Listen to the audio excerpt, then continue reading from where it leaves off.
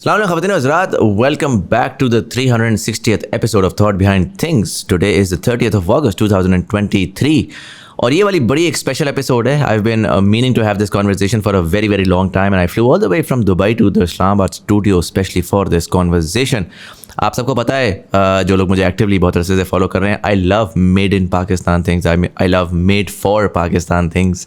And ये जो conversation है ये एक ऐसी ऑर्गेनाइजेशन के बारे में है, एक ऐसे ब्रांड के बारे में है which is not only inherently made in Pakistan but also was started by a remarkable family जिन्होंने फिर उसको जो है पूरे पाकिस्तान का एक जो the largest sort of engineering group बनाया. मैं बात कर रहा हूँ डॉलेंस पाकिस्तान की. उनके आज हमारे पास CEO मौजूद हैं. His name is Umar Ehsan Khan. And in this conversation, we speak about how Dawlance was created, what was the journey.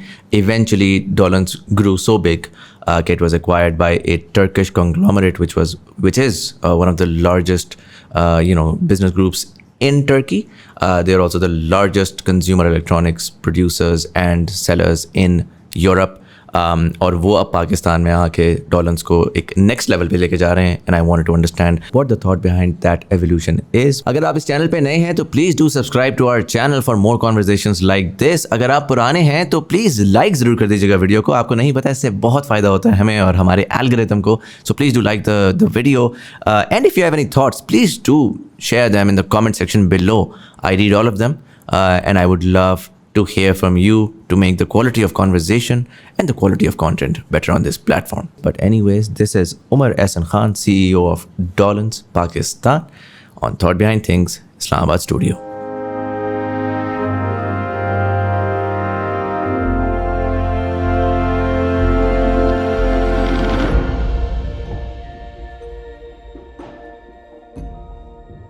Sir, thank you so much for being part of the show. Thank you for having me. It's lovely being here. Umar भाई मुझे पहले तो ये बताएं कि where were you born and early life आपने कहाँ पे गुजारी? तो मेरी जो पैदाइश है वो तो रावलपिंडी की है, बिकॉज मेरे नाना नानी यहाँ पे होते थे उस ज़माने में. बट मेरे पेरेंट्स क्योंकि लाहौर में रहते थे तो मेरी सारी जो अर्ली लाइफ जो है वो लाहौर में गुजरी. स्कूलिंग जो है मेरी सारी लाहौर की है. इंटरेस्टिंग. और स्कूलिंग कहाँ से की? मैं एचसन कॉलेज में था. राइट. 1 से लेके अपने A levels तक. अच्छा, end to end full right full वहीं पे था. एंड इवेंचुअली यूनिवर्सिटी के लिए वेयर डिड यू गो? फिर एचसन से A levels करने के बाद मैं लंदन चला गया. LSE London school of economics. Right. वहाँ मैंने BSc की. BSc इकॉन उसको कहते हैं, but it was a specialization जो थी वो अकाउंटिंग एंड फाइनेंस में थी. उसके बाद मैंने वहाँ पे ही 1 साल में मास्टर्स भी कर लिया. अच्छा. In the same field which was accounting and finance. और ये कौन सा ईयर था? सो मैं वहाँ पे था 1986 से लेके 1990 तक. अच्छा. 4 years. And why did you choose ACF at the time? I mean it's a very उस टाइम के ऊपर तो माई अंडरस्टैंडिंग वाज कि मोस्ट पाकिस्तानी देसी पेरेंट्स वर लाइक इंजीनियर और डॉक्टर. हाँ नहीं, आई थिंक वो प्रेशर मेरे पे भी था. असल में तो माई पेरेंट्स वांटेड कि मैं, पर्टिकुलरली माई फादर, उनका तो शौक था कि मैं लॉ करूँ. अच्छा. जब मैंने अप्लाई किया तो लॉ में एडमिशन नहीं हुआ. राइट. LSE में अप्लाई मैंने ज़रूर किया था उसके लिए. तो सेकंड चॉइस मेरा अकाउंटिंग एंड फाइनेंस था. तो उस चक्कर में मैंने फिर अकाउंटिंग एंड फाइनेंस में कर ली. वहाँ जाके मैंने कोशिश की कि मेरा कन्वर्ट हो जाए, बट हुआ नहीं. बट एज पहले with in the first few weeks जब मैंने वहाँ पे क्लासेस शुरू की तो actually started enjoying. You were satisfied with what you were doing? मैं कहा why not, let's go with it. Interesting. तो उस वक्त प्लान यही था कि इवेंचुअली शायद मैं इसके बाद, बिकॉज जब मैंने वहाँ लोगों से मुलाकात शुरू हुई तो बाकी लोग आए हुए थे तो बड़ा सोच समझ के आए हुए थे उन्होंने क्या करना है. हम लोग तो गैर सोचे चले गए थे. उनका प्लान यह था कि बाद में चार्टर्ड अकाउंटेंसी कर लेंगे. तो मेरा भी यही प्लान था उस वक्त. But after the degree I thought कि नहीं यार बस हो गई पढ़ाई और नहीं. अब let's get into my career. You came back to Pakistan. आजकल के ज़माने में when young kids go abroad तो there's a very clear thought process कि listen वापस ना आना. जनरली ख़ासकर अगर वेस्ट जा रहे हैं तो पूरी कोशिश ये है कि वहीं पे करियर बिल्ड किया जाए, वहीं पे आगे परस्यू किया जाए. Was it the same back in your day as well or was it? उस ज़माने भी it was a big SPAC. Generally लोगों की कोशिश तो ये होती थी कि वहाँ रुक जाए.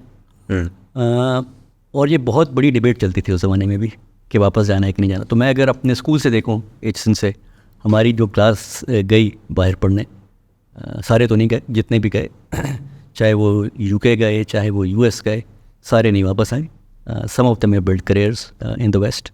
कुछ वापस भी आ गए। अब वो कहना बड़ा मुश्किल है कि उनका सही था फैसला या हमारा सही था।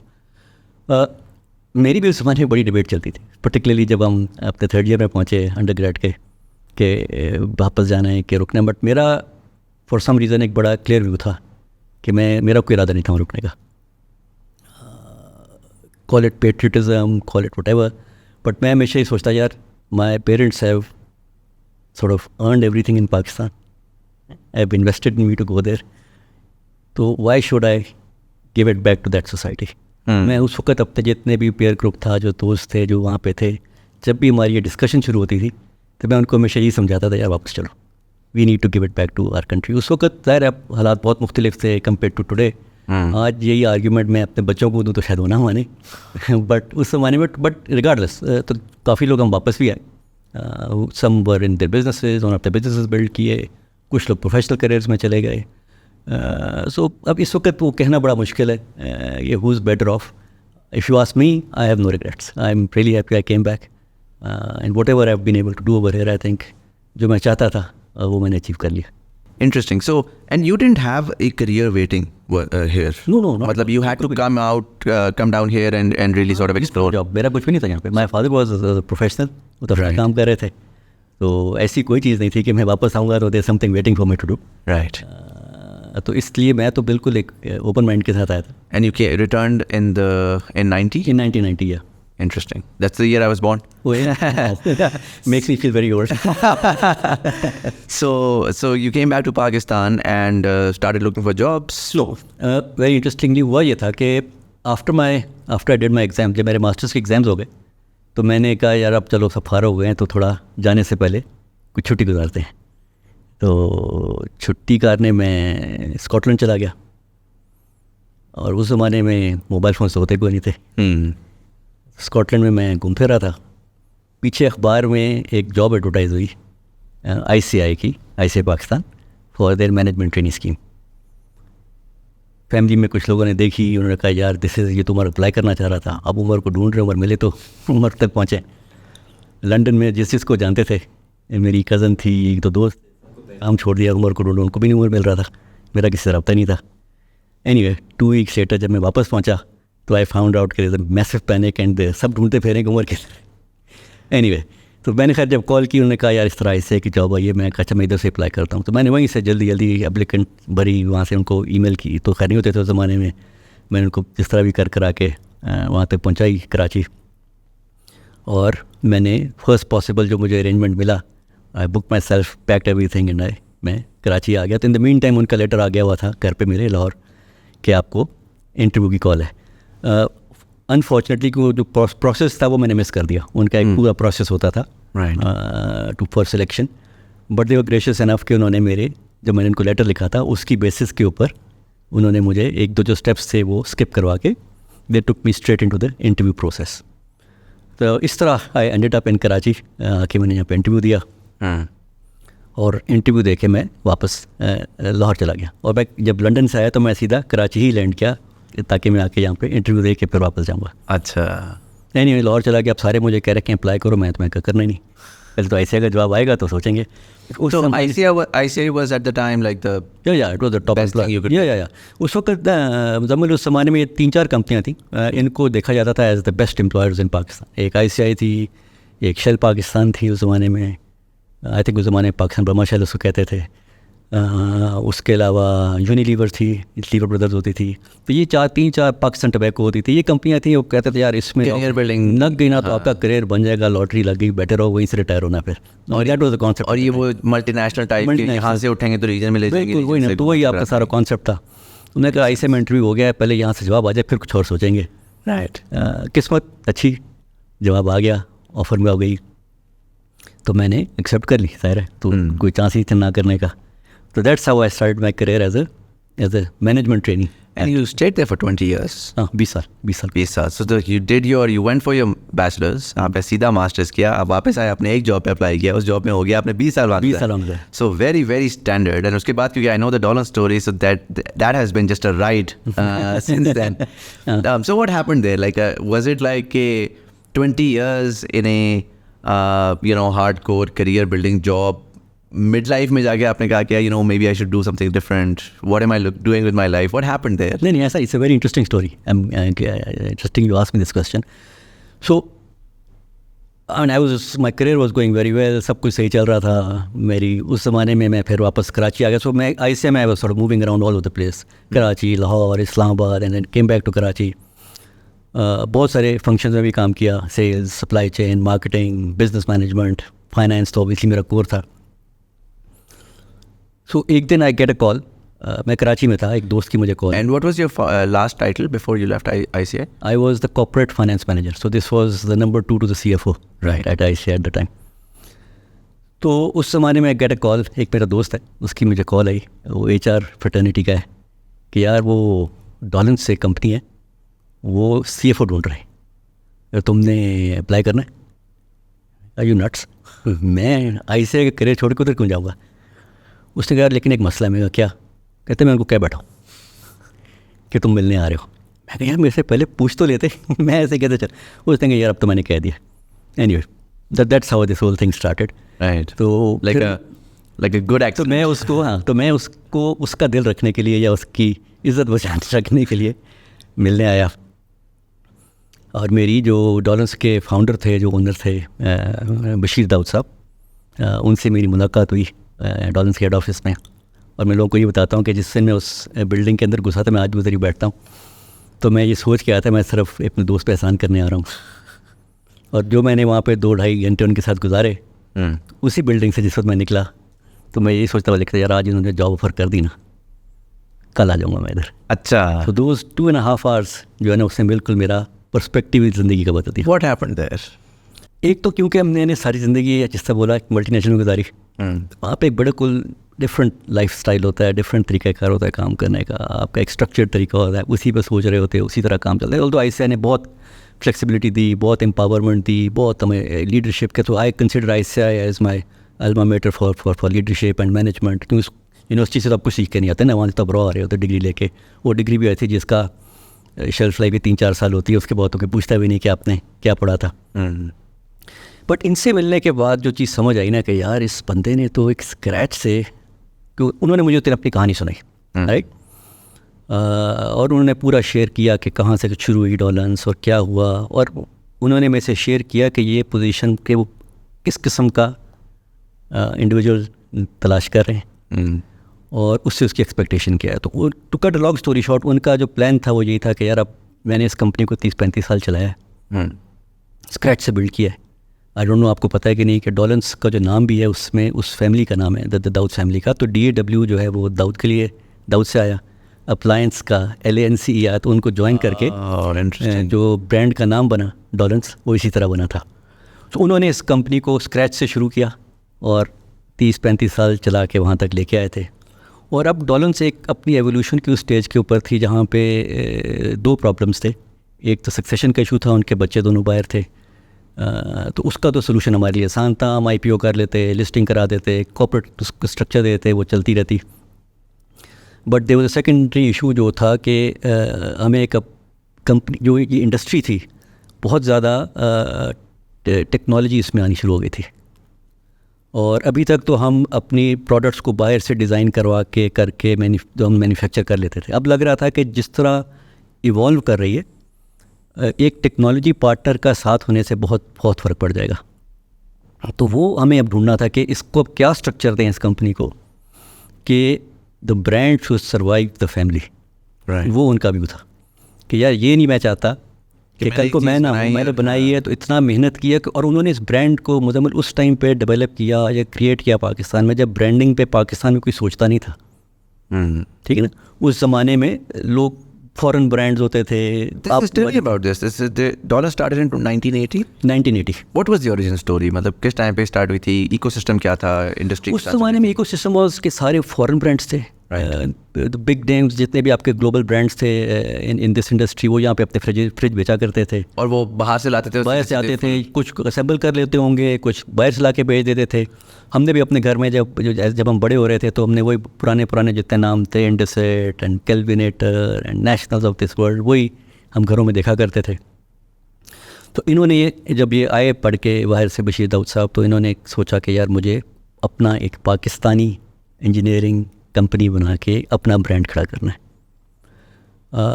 और यही सबसे बड़ी सक्सेस स्टोरी है डॉलेंस की, कि 30 साल में उन्होंने इस ब्रांड को फ्रॉम स्क्रैच एक ऐसे लेवल पे ले आए कि कोई भी फॉरेन ब्रांड इसके आगे नहीं खड़ा हो पा रहा था। हम अपने नेबरिंग कंट्रीज़ में अगर देखें तो आज भी अगर हम रेफ्रिजरेटर्स की बात करें तो जो फॉरेन ब्रांड्स हैं उनके पास सिग्निफिकेंट मार्केट शेयर्स हैं, पाकिस्तान में नहीं है उनके पास। आज एक और फॉरेन ब्रांड आ गया हुआ है, बट दैट उनको भी जब तक ये समझ नहीं आई कि हम लोकल मैन्युफैक्चर करेंगे तो नहीं चल पाना था उन्होंने। सो जो सबसे बड़ा वजह थी सारी चीज़ की कि उन्होंने एक तो ब्रांड में इन्वेस्ट किया हमेशा। He never saw it as an expense, जो कि उस ज़माने में एक रेयर कॉन्सेप्ट था पाकिस्तान में।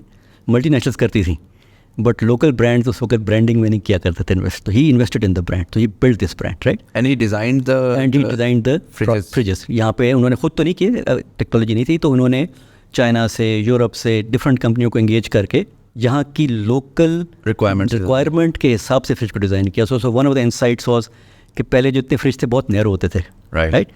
उनको इनसाइट ये थी यार पाकिस्तान में तो लोग देगचा डालते हैं फ्रिज के अंदर, ठीक है, तो हम उसको चौड़ा कर देंगे तो आई हैव समथिंग जो किसी के पास भी नहीं है।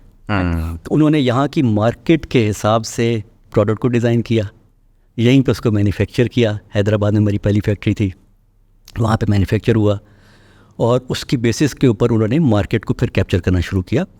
और कॉन्सेप्ट ये था कि यार मैंने जो भी पॉसिबल है वो चीज़ मैं खुद बनाऊँगा, लोकल बनाऊँगा, खुद बनाऊँगा, और पाकिस्तान की जो इंजीनियरिंग इंडस्ट्री है उसको हमने खड़ा करना है। यू हैव टू रिमेंबर ये टाइमिंग क्या थी। अर्ली 70s नेशनलाइजेशन हुई, बहुत सारी इंडस्ट्रीज़ गवर्नमेंट के पास चली गई, लोग उतना इन्वेस्टमेंट नहीं कर रहे थे। हियर कम्स यंग मैन, उन्होंने आके फिर कहा कि नहीं यार why not, right. And doubt some years, you know, they've done a lot for this country in any case. So this was another one of their gifts to this country. So उन्होंने बहुत मेहनत की। I work very closely with him for those 4-5 years जो मैंने उनके साथ काम किया, तो बहुत सीखने को मिला उनसे। And what were you working there as the CFO? I was the CFO at the time. Right. That's when I joined them as a CFO. What was the core role over there?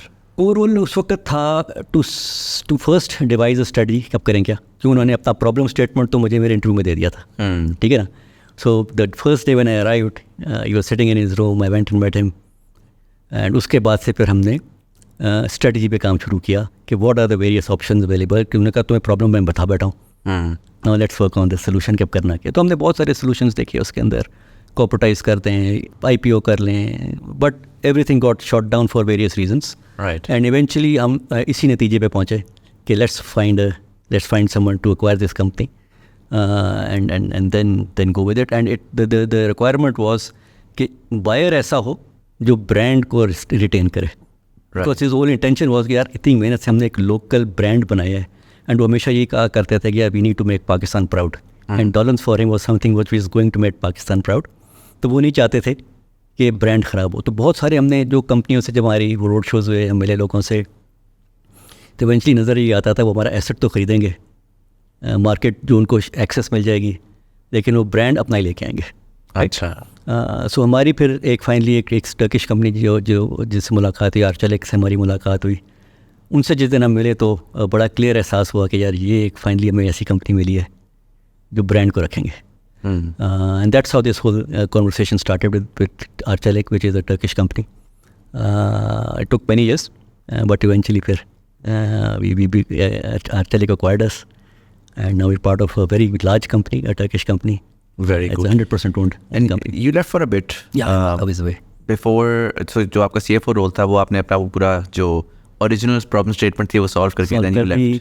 हमने negotiate कर लिया, हमारी price agree हो गई, सब कुछ हो गया, but there was some issue जिसकी वजह से हमें उसको डिसीजन को 2-3 साल के लिए स्टॉल करना था।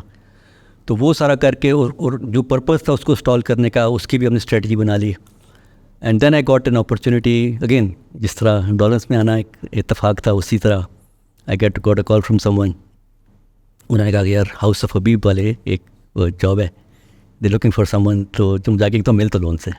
मैं क्यों मिलूँ, मैं तो ये बड़ा इन्जॉय कर रहा हूँ। मेरे से बहुत बड़े थे साहब उनकी, फिर मैंने कहा चलें आप कह रहे हैं तो जाके मिल लेता हूँ। उनके कहने पे वहाँ भी चला गया। वहाँ मेरी जो उनके ओनर हैं, अब तो अल्लाह ताला उनको बख्शिश फरमाए, फौत हो गए, अली हबीब साहब, उनसे मुलाकात हुई। Same thing happened again, spent about an hour or so with him, got quite excited to see उन्होंने क्या किया हुआ है, गॉट टोटली कन्फ्यूज्ड, अब क्या करूँ। वापस आया। बशीर दाऊद साहब उस ज़माने में पाकिस्तान में नहीं थे, वो कनाडा गए हुए थे। उनको मैं बोला है कि ठीक है आपने कह दिया, लेकिन मैं उनसे डिस्कस किए बगैर तो आगे चलूँगा नहीं। आई वर्ड टू हिम, मैंने उनके साथ बहुत क्लोजली काम किया। एनीवे जब वो वापस आया तो आई टोल्ड हिम कि इस तरह एक अपॉर्चुनिटी है। उन्होंने पूछा क्या रोल है, मैंने उनको रोल बताया कि उनके एक ऑटो पार्ट्स की कंपनी है, उसका चीफ ऑपरेटिंग ऑफिसर की पोजीशन है। तो उन्होंने मुझे बैठा के बोला कि उमर साहब आप ले लें। तो मेरा ख्याल तो कहेंगे ना रुक जाओ मुझे तुम्हारी ज़रूरत है, तो उन्होंने कहा आप ले लें। मैं बड़ा आप ये कैसी बात है, आपने कैसे कह दिया ले लें। तो फिर मैंने उनसे पूछा क्यों ले लूँ, तो कहते हैं कि नहीं देखो, उन्होंने बड़ा लॉजिकली मुझे समझाया कि देखो हमारी ये ट्रांजैक्शन तो अब हो जानी है, it's a matter of time. जब वो इतनी बड़ी इन्वेस्टमेंट पाकिस्तान में करेंगे तो चांसेस यही हैं कि वो CFO भी अपना लेंगे और CEO भी अपना लेंगे, because that's how they going to control the company, because नीचे तो उनको पूरी टीम मिल जाएगी। तो उस वक्त तुम्हारे पास अगर अपॉर्चुनिटी ना हुई तो तुम क्या करोगे।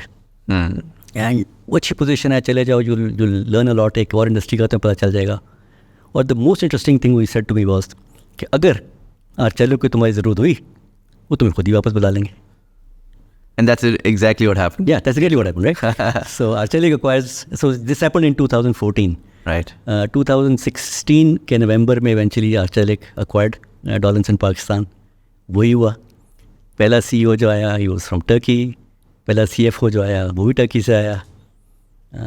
2 साल वो लोग रहे। In those 2 years they contacted me because जब ये ट्रांजेक्शन हो रही थी तो हमने यहाँ पे उसको काफ़ी कॉन्फिडेंशियल रखा हुआ था, कंपनी में किसी को भी नहीं पता था हम क्या कर रहे हैं। So the face of Dawlance in front of the Turkish company was myself and one of my colleagues. So उन्होंने फिर मुझे कांटेक्ट किया वहाँ से, would you like to come and work with us again and run the company? मैं कहा मेरा तो दिल ही इधर था। So मैंने कहा of course, and that's how in 2019 You joined back as the CEO. As the CEO. Right. I've been seeing a lot of changes since 2019. I remember 2020 December, I actually went and आपका flagship store खुला था. I don't know, it was 2020 December, 21 December, Lahore में. लाहौर में बिल्कुल. और my mind was blown because I remember a very different Dawlance. I remember the Pakistani Dawlance and albeit, you know, we have the same Pakistani Dawlance वाला AC and we have a fridge upstairs as well, but एक different vibe थी. तो उस time पे जब मैंने जाके देखा तो the brand had changed. They were like home appliances, a wide range of them. They were washing machines, automatic. The technology that I was sort of witnessing was phenomenal. What happened there, really? ये 2016 से 19 के दौरान ही transition आना शुरू हो गया था? First they were just sort of figuring it out and then eventually started to... मतलब मेरे इसमें ऐसा है कि अगर मैं Dawlance की लाइफ को ब्रेक करूँ तो I'll break it up into 3 portions. तो पहला पोर्शन तो हो गया जब दाऊद साहब ने इस कंपनी को क्रिएट करने से लेके चलाया खुद, और बहुत अच्छा चलाया, from marketing to sales to manufacturing, हर चीज़ उन्होंने खुद चलाई। Then comes the second phase which was the first 2 years, because किसी भी मर्जर एंड एक्विजिशन के पहले 2 साल बहुत क्रिटिकल होते हैं। तो वो जो कनेक्ट होना था दोनों ऑर्गेनाइजेशंस ने, उसके लिए वो 2 साल बड़े क्रिटिकल थे, बिकॉज कल्चर मैच होना था, हमने सीखना था, इधर की टीम्स ने सीखना था वहाँ कैसे काम होता है, उन्होंने इस कल्चर को समझना था। आर्चेलिक की जो सबसे अच्छी चीज़ थी कि उन्होंने ये this was not the first international company that acquired Dawlance से 2 साल पहले उन्होंने साउथ अफ्रीका में किसी तरह किया जायंट ख़रीदा था डिफाई के नाम से। सो वो सीख गए हुए थे कि कल्चरल integration कैसे कराएंगे. But how are the local folks? Because now this is a company, hardcore state-run company, right? And suddenly is about to become corporatized. क्योंकि from a very flat sort of hierarchy to now becoming a multinational corporation essentially, that must be quite difficult for folks here to manage. Not as difficult as people think it was. Right. And the reason is कि डॉलेंस हमेशा बहुत ज़्यादा professionally run हुई। बशीर दाऊद ने जहाँ और बहुत काम किए, ही believed in people, in the power of people. उन्होंने कोशिश की कि हमेशा बहुत अच्छे लोग रखे जाएं, उन्होंने लोगों को स्पेस दी और उन्होंने अपनी टीम्स को ग्रूम किया। यही वजह है कि आज पूरी लीडरशिप टीम आज भी जो है वही है जो उनके साथ काम कर रही थी व्हेन ही लेफ्ट। अच्छा, ईच वन ऑफ द, कोई भी नहीं गया, राइट। आप उसके नीचे सेकंड लेयर पे चले जाएं, उधर भी आज आपको बहुत सारे ऐसे लोग मिलेंगे जो होम ग्रोन डॉलेंस के एम्प्लॉयज़ हैं. Do you think the culture has evolve? तो कल्चर अब तो चेंज हो रहा है ऑब्वियसली, बिकॉज वो एक उसमें उस वक्त हमारा विजन काफ़ी पाकिस्तान के अंदर था. हम खुद ही सीख रहे थे, बहुत कुछ करने को था जो हमें बाहर की वर्ल्ड से नहीं पता चल रहा था. बट अब with Arçelik coming in, because Arçelik itself, the world has opened. The world has opened up. Tell me about Arçelik. Tell me about the scale of Arçelik, because a lot of viewers would have absolutely no idea कि ये कौन सी company है. Because ये तो my assumption is this is the group. इनके brands अलग हैं. हाँ, नहीं मैं आपको बताता हूँ. तो Arçelik is a home appliances company in Turkey जो 1955 में शुरू हुई थी. और Arçelik जो है वो पार्ट है एक और बिजनेस ग्रुप का जिसका नाम है कोच होल्डिंग. कोच होल्डिंग जो है वो टर्की का सबसे बड़ा बिज़नेस ग्रुप है और ये रिप्रेजेंट करता है तकरीबन टर्की की जीडीपी का 10%. अच्छा. तो ये बहुत बहुत बड़ी कंपनी है. ये टर्की की वाहिद फॉर्चून 500 कंपनी है कोच होल्डिंग. ये तकरीबन टर्की की 7% एक्सपोर्ट को रिप्रेजेंट करती है. सो और आप तकरीबन इस वक्त if I am not wrong 150 से 200 के बीच में कंपनी है जो कोच होल्डिंग के नीचे आती हैं, जिनमें से आर्चेलिक एक है. Right, so I mean them coming to Pakistan was big. Shook corporate sector में तो I'm sure होगी, but for the public, they didn't realize कि this is like institutional knowledge on another level altogether. Absolutely, right, absolutely. और coach holding को भी 100 साल नहीं हुए. तो इस वक्त जो फैमिली मेम्बर्स हैं, but coach holding itself is very professional. जो कोच होल्डिंग का CEO है वो भी प्रोफेशनल है, पूरी टीम भी प्रोफेशनल है. तो जो फैमिली मेम्बर्स हैं उसे बोर्ड पे बैठते हैं. राइट. और इस वक्त 3rd जनरेशन है कोच फैमिली की जो उसको चला रही है. तो ये उनकी कंपनी है आर्चेलिक.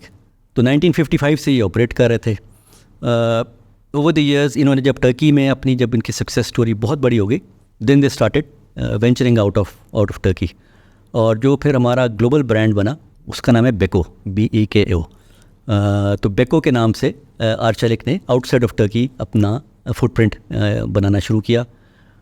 एंड इस वक्त तकरीबन 150 कंट्रीज़ हैं जिसमें आर्चेलिक ऑपरेट कर रही है, आइदर थ्रू मैन्युफैक्चरिंग सब्सिडरीज़ और सेल्स ऑफिसेस. मैन्युफैक्चरिंग सिर्फ 8 मुल्कों में है. अच्छा. जिनमें से पाकिस्तान एक है. और इस वक्त आर्चेलिक के पास 14 ब्रांड है जिसको ओन करती है. क्योंकि हमने जहाँ भी कंपनी ख़रीदी तो हमने ब्रांड को रिटेन किया. तो जिस तरह पाकिस्तान में डॉलेंस को हमने रिटेन किया, साउथ अफ्रीका में डिफाई को रिटेन किया, रोमेनिया में आर्कटेक को रिटेन किया, जर्मनी में हमने ग्रुंडिक को ख़रीदा तो हमने ग्रुंडिक को रिटेन कर लिया. अब हमारा हिटाची के साथ एक जॉइंट वेंचर हो गया. तो जापान से बाहर जितने भी हिटाची के प्रोडक्ट्स हैं वो आर्चेलिक के साथ बिक रहे हैं. तो एनीथिंग अगर आज आप पाकिस्तान कुछ भी ख़रीदेंगे जो हिटाची ब्रांडेड होगा तो वो भी आर्चेलिक से आ रहा है. राइट. इसी तरह करते करते हमने ओवर द ईयर्स बहुत सारा एक ब्रांड्स को जमा कर लिया. And that is the beauty of this company कि वो उन कल्चर्स को लूज़ भी नहीं करते, उन ब्रांड्स की स्ट्रेंथ को लूज़ भी नहीं करते, एंड येट उनको बिल्ड करते हैं विद देयर इंस्टीट्यूशनल नॉलेज. और जो उनका सारा उन्होंने टर्की में काम सीखा वो उस ब्रांड के ऊपर ला के रखते हैं और उसी बेसिस पे उस ब्रांड को एक नेक्स्ट लेवल के ऊपर ले जाते हैं. बिकॉज टर्की में इस वक्त आर्चेलिक का जो मार्केट शेयर है तकरीबन 55% है, which is massive right for a Turkish market. तो वो उन्होंने, and is one of the most love brands in any category in Turkey. आप वहाँ किसी को बताएंगे आर्चेलिक तो वहाँ आपको उनकी शक्ल ही चेंज जाती है व्हेन दे नो कि you part of आर्चेलिक.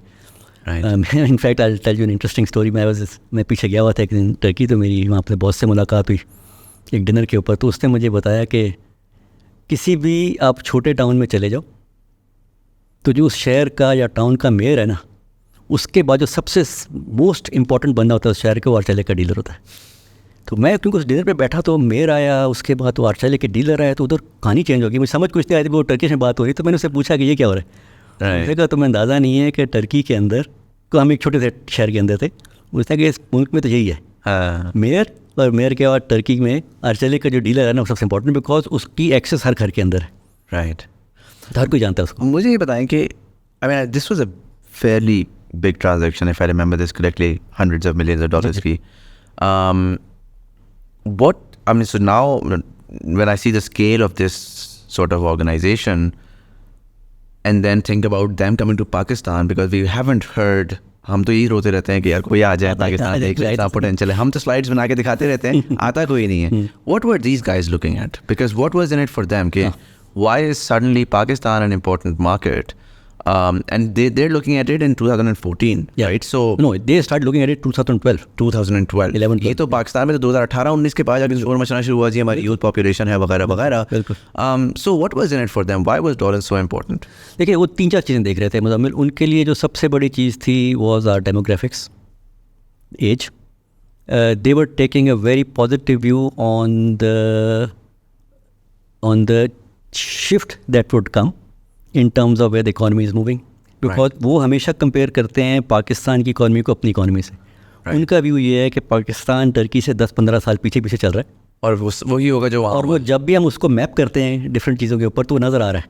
What do you mean by that? Because I hear a lot, ये जो आपने बात की, बहुत से गेस्ट्स आके बोलते हैं Pakistan has a huge youth population, but really, और आपने कहा कि कुछ चेंजेस सर्टन सोसाइटी के अंदर आ रहे हैं that makes it conducive, but if you could elaborate on that, okay, what are you guys looking at, or what was Arçelik looking at in Pakistan that seemed like कि आने वाले वक्त में बेहतर इकोनॉमी? तो दो चीज़ें, जिस समय जब मैं डेमोग्राफिक्स की बात करता हूँ ना मुज़म्मिल, उसमें दो चीज़ें आ जाती हैं.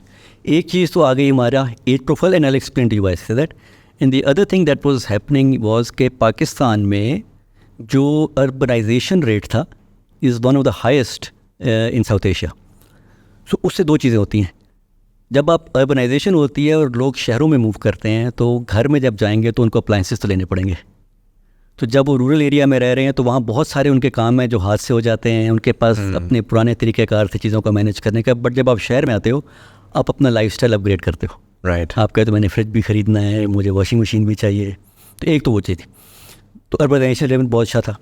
दूसरी चीज़ जो मैंने आपको एज की बात कर रहा हूँ, उससे क्या होता है कि जब आपकी पॉपुलेशन बल्ज जिसको आज हम बात करते हैं, तो पाकिस्तान में भी अब न्यूक्लियर फैमिलीज़ का कॉन्सेप्ट बढ़ता जा रहा था. तो नज़र क्या आ रहा था कि ये जो यंग पॉपुलेशन है, कल को जब वो अर्निंग स्टेज पे पहुंचेंगे और अपने घरों में जाएंगे, तो जब भी घर शुरू करेंगे, तो जहाँ पे एक घर में एक वॉशिंग मशीन थी, अब 4 बच्चों की 4 वॉशिंग मशीन आ गई. राइट. और अगर वो हमारे कस्टमर थे, क्योंकि अब डॉलर्स बहुत स्ट्रॉन्ग ब्रांड था पाकिस्तान में. आर्चेलिक ने पहले भी आने की कोशिश की थी थ्रू CBU इम्पोर्ट्स, वो नहीं चल पाए थे और उनको ये नज़र आता था हम जब भी आते हैं डॉलर्स मुसीबत खड़ी कर देती है हमारे लिए. तो ये उनको पता था कि ये इज़ अ लव्ड ब्रांड, हर घर के अंदर है. स्टेटिस्टिकली स्पीकिंग, मैं उसको प्रूव नहीं कर सकता, but statistically speaking 70% of house hold जो हैं पाकिस्तान के, उनमें कोई ना कोई एक डॉलर्स का प्रोडक्ट है. ठीक है ना.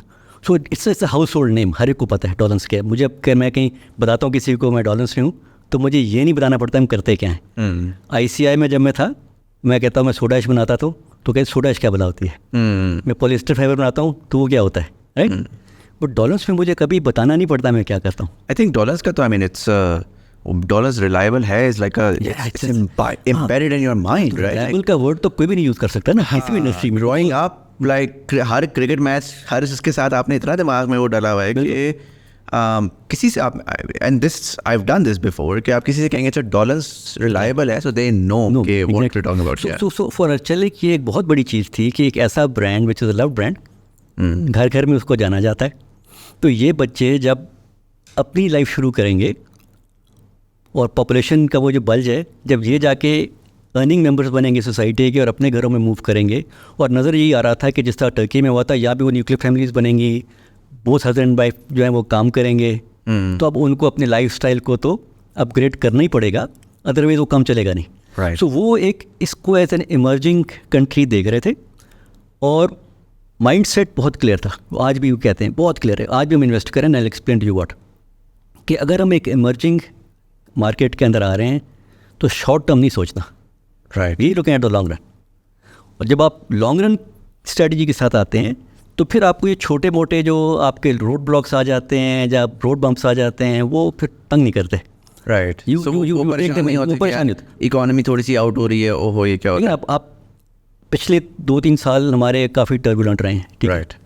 मुझे नहीं याद पड़ता किसी बोर्ड मीटिंग में मेरे से किसी ने ये सवाल किया क्या हो गया. पहला सवाल क्या होता है, Umar how can we help you. That's how they start, because वो शॉर्ट टर्म सोच नहीं रहे. आई टेल यू समथिंग जो लोगों को मैं जब बताता हूँ तो लोग हैरान होते हैं कैसे हो सकता है. आपने बोला $100 of millions की इन्वेस्टमेंट हुई, ये 7वां साल चल रहा है हमारा. 7 साल में यहाँ से आर्चेलिक ने $1 का डिविडेंड नहीं लिया. There is been no remittance out of Pakistan dividend की. कोई रॉयल्टी नहीं ली. अब ब्रांड उनका है, वो रॉयल्टी ले सकते हैं. ठीक है ना. कोई टेक्निकल सर्विस फी नहीं ली, वो ले सकते हैं क्योंकि उन्होंने हमें टेक्नोलॉजी दी. और उन्होंने इन 7 सालों में हमने जितना भी पाकिस्तान में कमाया है वो सारे का सारा इधर इन्वेस्ट कर दिया. ठीक है. तकरीबन $150 मिलियन से ज़्यादा ही होगा जो हमने री इन्वेस्ट किया है. अच्छा. पाकिस्तान में in doing a lot of things. आज जिस तरह आप कह रहे थे ना, आपने तो शॉप पे देखा, तो स्टार्टिंग पॉइंट क्या था? पहली चीज़ ये थी कि हमें एक चीज़ आर्चेलिक की बहुत क्लियर है कि हम दुनिया में कहीं भी अपना प्रोडक्ट बेचेंगे, 2 चीज़ें हैं उस पर हम कभी कॉम्प्रोमाइज़ नहीं करेंगे. Number 1 quality, number 2 safety of the product. Because हमारे प्रोडक्ट्स में सेफ्टी इसलिए प्रायोरिटी होती है, बिजली से चलते हैं, स्पार्किंग का डर होता है, कुछ भी होता है. तो वो इन 2 चीज़ों पे वो कहते हैं यार आपने चाहे यूरोप में बेचना है, चाहे किसी इमर्जिंग कंट्री में बेचना है, चाहे अफ्रीका है, चाहे फार ईस्ट है, ये 2 पैरामीटर्स पे कोई कॉम्प्रोमाइज़ नहीं होगा. How do you define that? Because again I feel like every company I would speak to ये कहेंगे जी हम तो क्वालिटी पे कभी कॉम्प्रोमाइज़ नहीं करते. But then really what are the indicators that could define कि look this is the benchmark that we follow? हाँ, तो बेंचमार्क ये है कि हम, क्योंकि अब आपको समझना ही पड़ेगा, जैसे मैंने आपको बताया कि हमारा जो ग्लोबल ब्रांड है वो बेको है. ठीक है. बेको आज यूरोप का नंबर 1 ब्रांड है. This the largest brand of appliance, home appliances in Europe. The entirety of Europe. Entirety of Europe. Wow. ठीक है ना. तो वो कैसे हो गया? अब यूरोपियन कंज्यूमर की expectation from appliances is very very different, right? तो अगर आपने अपने आप को एक टर्की से कंपनी में निकल के यूरोप में आके अपने आप को इस्टेब्लिश किया और नंबर 1 कर लिया, जबकि वहाँ पे यूरोपियन ब्रांड्स बैठे हुए थे, और बहुत लेगेसी ब्रांड्स बैठे हुए थे, राइट? तो उन्होंने अपने आप को उस लेवल ऑफ क्वालिटी पे लाए जो कस्टमर की एक्सपेक्टेशन थी, राइट? वो बेंचमार्क बन गया. अब उन पे तो कोई कॉम्प्रोमाइज़ नहीं है. और यूरोपियन का customer is like quality conscious. Very.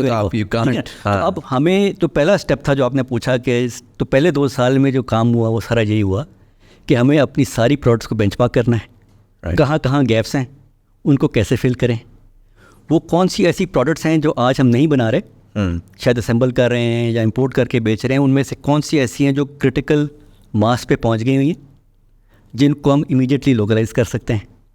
तो पहला 2 साल तो सारा इसी पे लगा, राइट? जिसमें फिर हमें नज़र ये आया कि पहली चीज़ नज़र आई कि ऑटोमेटिक वॉशिंग मशीन्स पाकिस्तान में पिकअप कर रही हैं, बहुत अच्छा वॉल्यूम्स आ रहे हैं, वायर दे बीइंग इंपोर्टेड.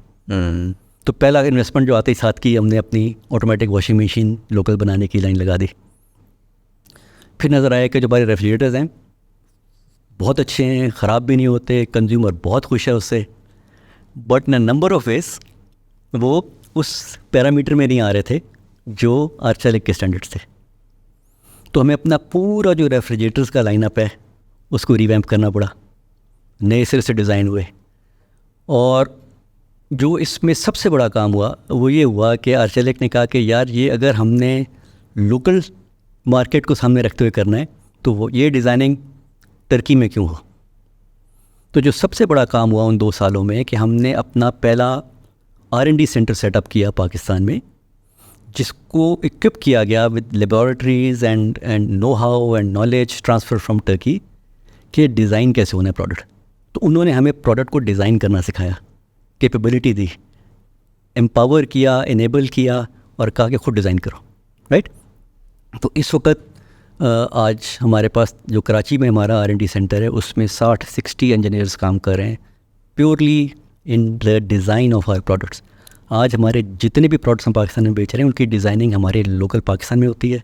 मेरी कोई ड्राइंग जो है वो टर्की से नहीं आती, right? Unlike a lot of other industries. And that's driven by, मतलब यहाँ के लोगों के डेटा के ऊपर बिल्ड हुआ है कि यहाँ पे रिसर्च होती है, उसको समझा जाता है. हमारी जो मार्केट की टीम है, जो हमारी प्रोडक्ट मैनेजमेंट की टीम है, वो आके R&D की टीम को अपनी इनसाइट्स बताती है, उसकी बेस पे डिज़ाइनिंग होती है. तो हमारा सारा स्ट्रक्चरल डिज़ाइनिंग हम खुद करते हैं, कूलिंग सर्किटरी की डिज़ाइनिंग हमें आ गई है, इलेक्ट्रॉनिक्स हम खुद डिज़ाइन कर रहे हैं, उसके जो सॉफ्टवेयर है उसकी भी कैपेबिलिटी हमारे पास आ गई है. तो we have all sorts of capability available to us today and that is something I take a lot of pride in that we been able to do in the last 7 years Arcelik के साथ मुंसलिक होने के बाद. क्योंकि ये बहुत कम होता है कि मल्टीनेशनल कोई आए पाकिस्तान में तो आते साथ ही टेक्नोलॉजी दे दे आपको. हम हर वक्त सुनते ही रहते हैं, रोते रहते हैं यहाँ पाकिस्तान टेक्नोलॉजी ट्रांसफ़र नहीं होती, राइट। तो इन्होंने जो सबसे बड़ा काम किया है वो यही किया कि उन्होंने टेक्नोलॉजी हमें दे दी। तो अब हमें हमारा टाइम टू मार्केट बहुत कट डाउन हो गया उससे। अगर मैं इंडिपेंडेंट होता, एक हमारा बहुत बड़ा R&D सेंटर है इस्तांबुल में, उसके ऊपर, तो वहाँ मैं क्यों में लगता, राइट। उनकी प्रायोरिटी शायद कुछ और होती, मेरी बारी ना आती।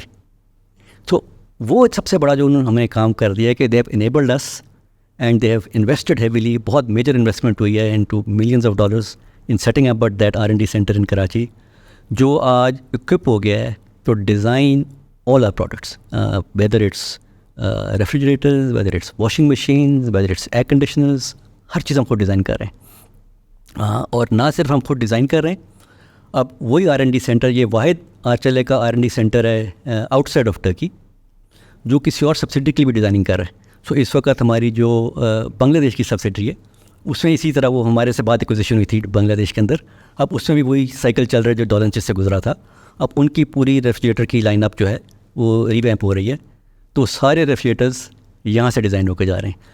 हमारी इंडस्ट्री का जो सबसे यूनिक चीज़ है ना मुजम्मिल, वो ये नहीं है कि मेरा एक रेफ्रिजरेटर टर्की में बिकता है, वो मैं उठा के यहाँ बेचता हूँ। लोकल इंसाइट बहुत क्रिटिकल होती है, और अगर आप लोकल इंसाइट के हिसाब से जब प्रोडक्ट बनाएं तो वही सही बिकता है। तो जो हमारा पाकिस्तान में फ्रिज और फ्रीज़र का रेशो है, वो बांग्लादेश में नहीं चलता, राइट। वो इंडिया में एनवायरनमेंट फ़र्क है, वेदर फ़र्क है, एनवायरनमेंट फ़र्क है, नहीं कंज्यूमर बिहेवियर फ़र्क है, और हाँ खाना फ़र्क है, सब कुछ फ़र्क है। यहाँ पे हमारा ऊपर अगर 40 है तो नीचे 60 है, बांग्लादेश में आपको 50-50 मिलता है। अच्छा, राइट। इंडिया में 30-70 मिलता है। तो अगर मैं पाकिस्तान का बना हुआ फ्रिज बांग्लादेश बेचूंगा, बेचेगा नहीं, बनेगा उधर ही, लेकिन डिज़ाइन तो करा ना किसी ने। तो वो सारी डिज़ाइनिंग यहाँ से हुई, हमने उनको डिज़ाइन करके दिया, they paid for it, so we are exporting our design sort of. And you mentioned 60 people in Karachi. I believe there are 20 in Islamabad. हाँ, इस्लामाबाद हमारे एक और R&D सेंटर है। I'm glad you brought that up. ये R&D centre फिर हमारा इस साल खुला है 2000 अर्ली दिस ईयर इन मार्च, हमने इसकी इनॉग्रेशन की है NSTP के अंदर, NSTP के अंदर या नस्ट के अंदर। ये हुआ ये था कि अब होम अप्लाइंसेस जो हैं जितने भी, इसके अंदर IoT और ये जो है ना सारा कनेक्टिविटी, स्मार्ट टेक ना, वो बहुत इस तरह जाना शुरू हो गया। तो अभी तक क्योंकि उस द नंबर्स वर स्मॉल, तो आर्चेलिक जो है वो बहुत सारा काम आउटसोर्स किया हुआ था to various companies to do that designing for them, right. But वो डिज़ाइनिंग होती नहीं, यू हैव टू अंडरस्टैंड कि उसके अंदर बहुत कंज्यूमर इनसाइट गई होती है, राइट। तो अगर मैं किसी को बाहर से कराऊंगा और वो किसी और को भी कर दे तो वो मेरे कंट्रोल में नहीं रहता। तो फिर फैसला ये हुआ 2 साल पहले कि यार we have to do it ourselves. ये this was obviously not my decision, this was a decision that was taken in Turkey. फिर हुआ कि कहाँ करें, टर्की में obviously the wages are much higher. तो उनको नज़र ही आ रहा था, प्रेस में भी पढ़ते थे, हर जगह नज़र आ रहा था कि साउथ एशिया में जो है ना IT is doing very well. One of the best parts of this region is कि सब इंग्लिश भी बोलते हैं, तो कम्युनिकेट करना भी आसान हो जाता है। तो फैसला ये हुआ कि यार साउथ एशिया को स्टडी करते हैं, इंडिया, पाकिस्तान, बांग्लादेश कहाँ करें। काफ़ी स्टडी के बाद एवरीथिंग वाज पॉइंटिंग टुवर्ड्स कि इंडिया में खोल लेते हैं, बिकॉज वहाँ पे और बहुत बड़े बड़े ग्लोबल जायंट्स हैं, Microsoft, you name it, these large companies have their R&D centres in India. तो उनका सिस्टम गेट अप था to accommodate this companies and support them कि कैसे चल रहा है। इकोसिस्टम बहुत बड़ा था। बट बोर्ड मीटिंग में जिस वक्त प्रेजेंट हुआ, the president of the coach holding durable goods, उसने फिर फैसला किया कि नहीं यार, देना तो पाकिस्तान को है। तो he sort of overrode everything else, and इस तरह ये हमारा R&D सेंटर फिर यहाँ खुला। तो अब ये जो R&D सेंटर है, ये है तो पाकिस्तान में, बट ये हमारे ग्लोबल जितने भी प्रोडक्ट की डिज़ाइनिंग होगी फॉर देयर कनेक्टिविटी, वो इस सेंटर में होगी। तो अभी हमारे उधर जो हमने शुरू किया है, अभी हमारे 20 वहाँ पे इंजीनियर्स होंगे, और मुझे ये लग रहा है कि जिस हिसाब से ये काम बढ़ता जा रहा है, ये नंबर अगले 3-4 साल में 200-300 तक भी चला जाएगा। And these engineers are basically ये जो है सॉफ्टवेयर साइड ऑफ थिंग्स जो अब आ रही हैं कि IT, राइट। तो जो हमारा इस्लामाबाद कराची वाला है, that is the hard core product design, Right. the structural design and the cooling circuitry, everything that goes into our product. और जो उसके पीछे जो उसको कनेक्टिविटी के लिए जो एम्बेडेड सॉफ्टवेयर्स हैं, जो उनको चलाने के लिए हार्डवेयर्स हैं, वो सारी डिज़ाइनिंग इधर होगी। तो हम भी इनको काम देंगे अपना पाकिस्तान का as one of our vendors, right? But they are actually doing it for the entire global delivery center. So it's actually called AIRC, Arçelik Islamabad R&D Center. It's not called even Dawlance, it's called AI. तो आप कभी उधर जाओ तो उसके बाद जो board भी लगा हुआ है, वो उस पर लिखा हुआ है AIRC, Arçelik Islamabad R&D Center. थोड़ा सा अगर if I were to summarize, because there's a lot to unpack here, but when a lot of people think Dawlance, it's very confusing because a lot of people don't really know in Pakistan how the sort of consumer electronics or home appliance market works, दिमाग में ये आता है क्योंकि historically हमने हमेशा ये सुना है कि यार माल तो सारा का सारा बाहर से आता है, इधर तो सिर्फ असेंबली होती है. मोबाइल फोन्स का हमने सुनना शुरू किया रिसेंटली कि यार वो बस असेंबल हो रहे हैं, चिपें लग रही हैं इधर. How much of your products are you actually assembling? क्योंकि आपने मल्टीपल टाइम्स ये मेंशन किया बट वो क्लैरिटी नहीं है कि we were making it in Pakistan, we didn't just want to assemble it. क्या वाकई प्रोडक्ट्स पाकिस्तान में बन रही हैं या are we very similar to the auto industry, right, के CPUs आ रहे हैं या CKDs आ रहे हैं, and that's the extent of what we are satisfied with. तो एक तो मुझे ये बताइएगा कि how much of the products are made in Pakistan? आपने बोला कि डिज़ाइन पाकिस्तान में हो रहे हैं, बट क्या वो डिज़ाइन होके बाहर जाते हैं और वहाँ से वो सारा का सारा होता है, या is there engineering talent here as well?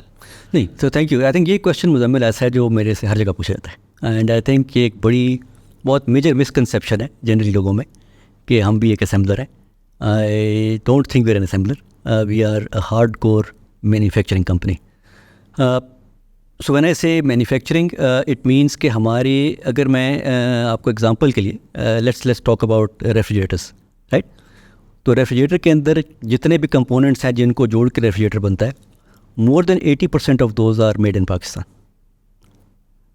इसी तरह अगर मैं वॉशिंग मशीन की बात करूं, मतलब मेड इन पाकिस्तान, उसकी जो भी रिक्वायरमेंट है उसके लिए, उसका चाहे प्लास्टिक, अगर आप लेट्स टॉक अबाउट जो आपको पार्ट्स फ्रिज में एक नज़र आ रहे होते हैं उनकी बात कर लेते हैं. हाँ. तो उसकी जो बाहर की पूरी बॉडी है वो यहाँ बनती है. अच्छा. उसके अंदर जितना प्लास्टिक के आपको जितने भी पार्ट नज़र आ रहे हैं, चाहे वो उसका लाइनर है, चाहे वो उसके दरवाजे में जो कैप लगी हुई हैं, वो सब यहाँ बनता है, राइट.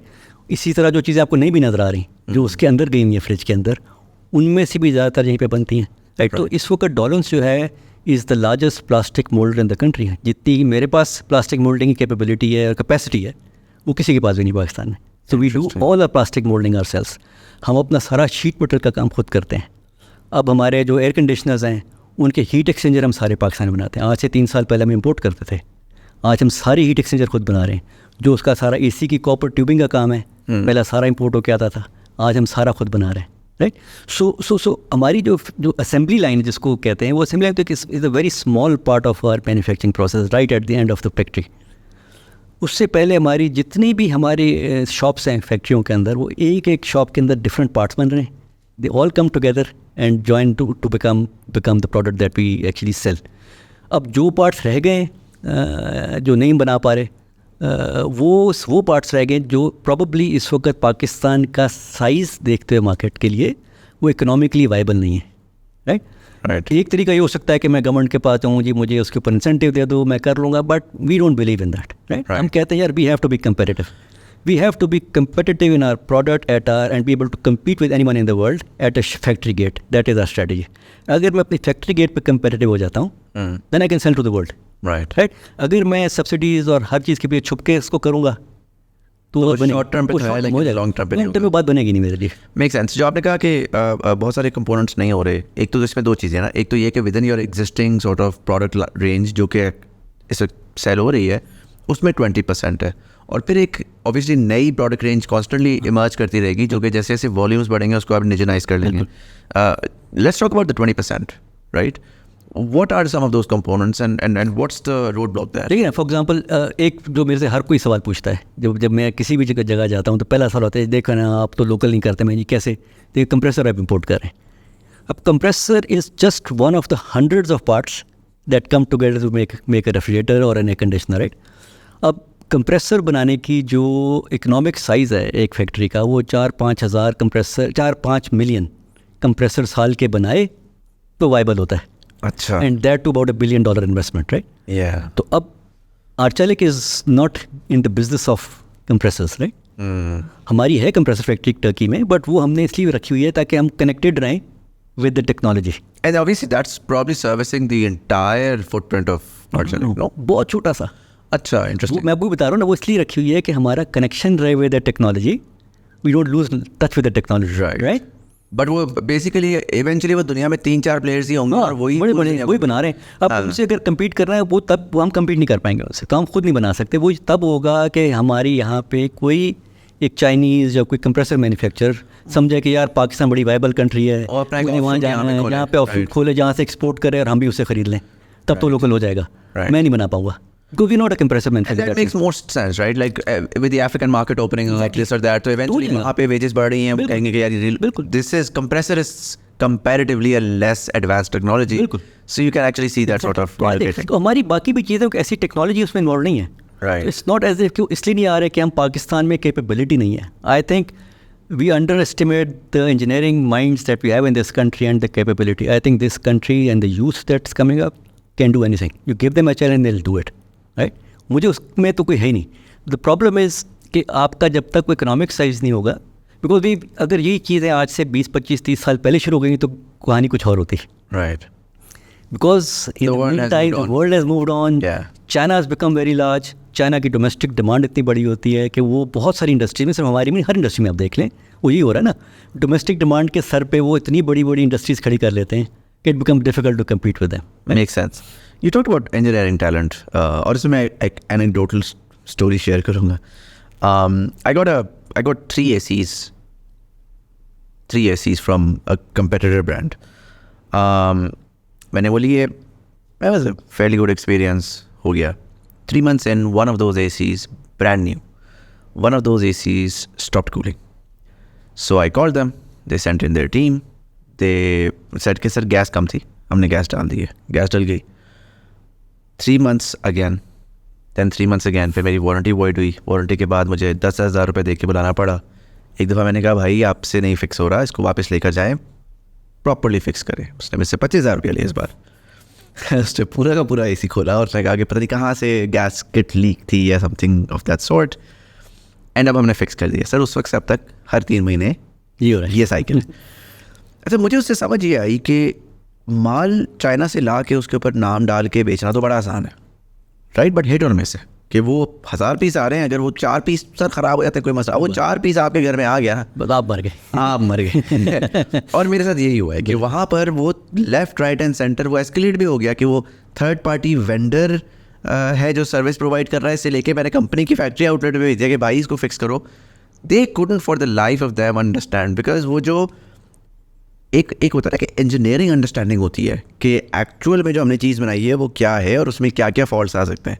ये ज़्यादातर एक गाइडलाइन वाली है कि एक रीसेलिंग है और उसके ऊपर आपके पास गाइडलाइन है, इफ़ दिस देन दिस वाली चीज़ है. तो any sort of unique problem then becomes a nightmare, and it did become a nightmare because I got like multiple units, I was seemingly fine, but that one experience has ensured that I will never go back to that brand again. So इसमें 2 चीज़ें मैं आपसे पूछना चाहूँगा. पहला तो ये कि अगेन इंजीनियरिंग अंडरस्टैंडिंग कितनी इंपॉर्टेंट है. जब आपकी मेड इन पाकिस्तान है, आपने कहा made in Pakistan, design in Pakistan, for lot of people they wouldn't understand the importance of that. कि जो नॉलेज बेस आपकी अपनी प्रोडक्ट के बारे में आपके पास है, how much does that help you. But second and more importantly आप लोगों का लाइफ साइकिल बड़ा डिफरेंटली चलता है, राइट? इन टर्म्स ऑफ कि मैंने वो चीज़ खरीदी, मेरा I was satisfied, but then suddenly a problem comes up and now I make sure that I'm never going to that brand again, right? So the marketing is not just till you sell the product or even कि वो product अच्छे से काम कर ले.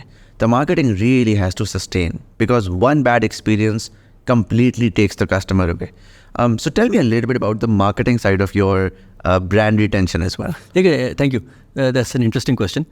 मुझे इसमें ऐसा है कि मैं जिस तरह इसको देखता हूँ ना कि हमारी तो एक्चुअली मार्केटिंग का सही काम तो शुरू प्रोडक्ट बेचने के बाद होता है, क्योंकि जिस तरह आपने बोला लाइफ साइकिल बहुत मुख्तलिफ है, राइट? FMCG प्रोडक्ट्स आपने आज ख़रीदे, आपका बैड एक्सपीरियंस हुआ, आप नेक्स्ट मंथ जब सुपरमार्केट जाओगे आप कुछ और उठा लोगे, right? You don't like it, the next month you go buy something else, right? हमारी प्रोडक्ट्स का और उसमें वापस आना भी इतना मसला नहीं होता. वापस नहीं आ जाएगा. 6 महीने बाद आप कहते हो यार आई बेस्ट दैट, वापस आ जाओ क्योंकि इतनी इन्वेस्टमेंट नहीं है. एग्जैक्टली. दिस सीम्स लाइक यार मैं खरीदूंगा ना 10 साल मुझे इसके अंदर है. तो इसको जो एग्जांपल लोगों को देता हूँ, this is just like getting married to a product, right? Because जब आपने AC ख़रीदा जो आपके पीछे भी लगा हुआ है और आपने जब फ्रिज भी ख़रीद लिया, आप इसलिए नहीं खरीदते कि आप अगले हफ्ते बदल लोगे या महीने बाद चेंज करोगे. योर अजम्पशन इज़ कि 10 साल तो मैं आराम से इसको चलाऊँगा, 8-10 साल, right? Depending on what product. ये तंग नहीं करेगा, बल्कि चलता रहेगा. राइट. तो हमारे लिए हमारी इंडस्ट्री के अंदर एक जो बहुत मेजर रोल प्ले किया जाता है वो है कस्टमर केयर का. लोग call it service, I call it customer care, because that's what I really want our team to do and that's what our team is being designed and trained to do.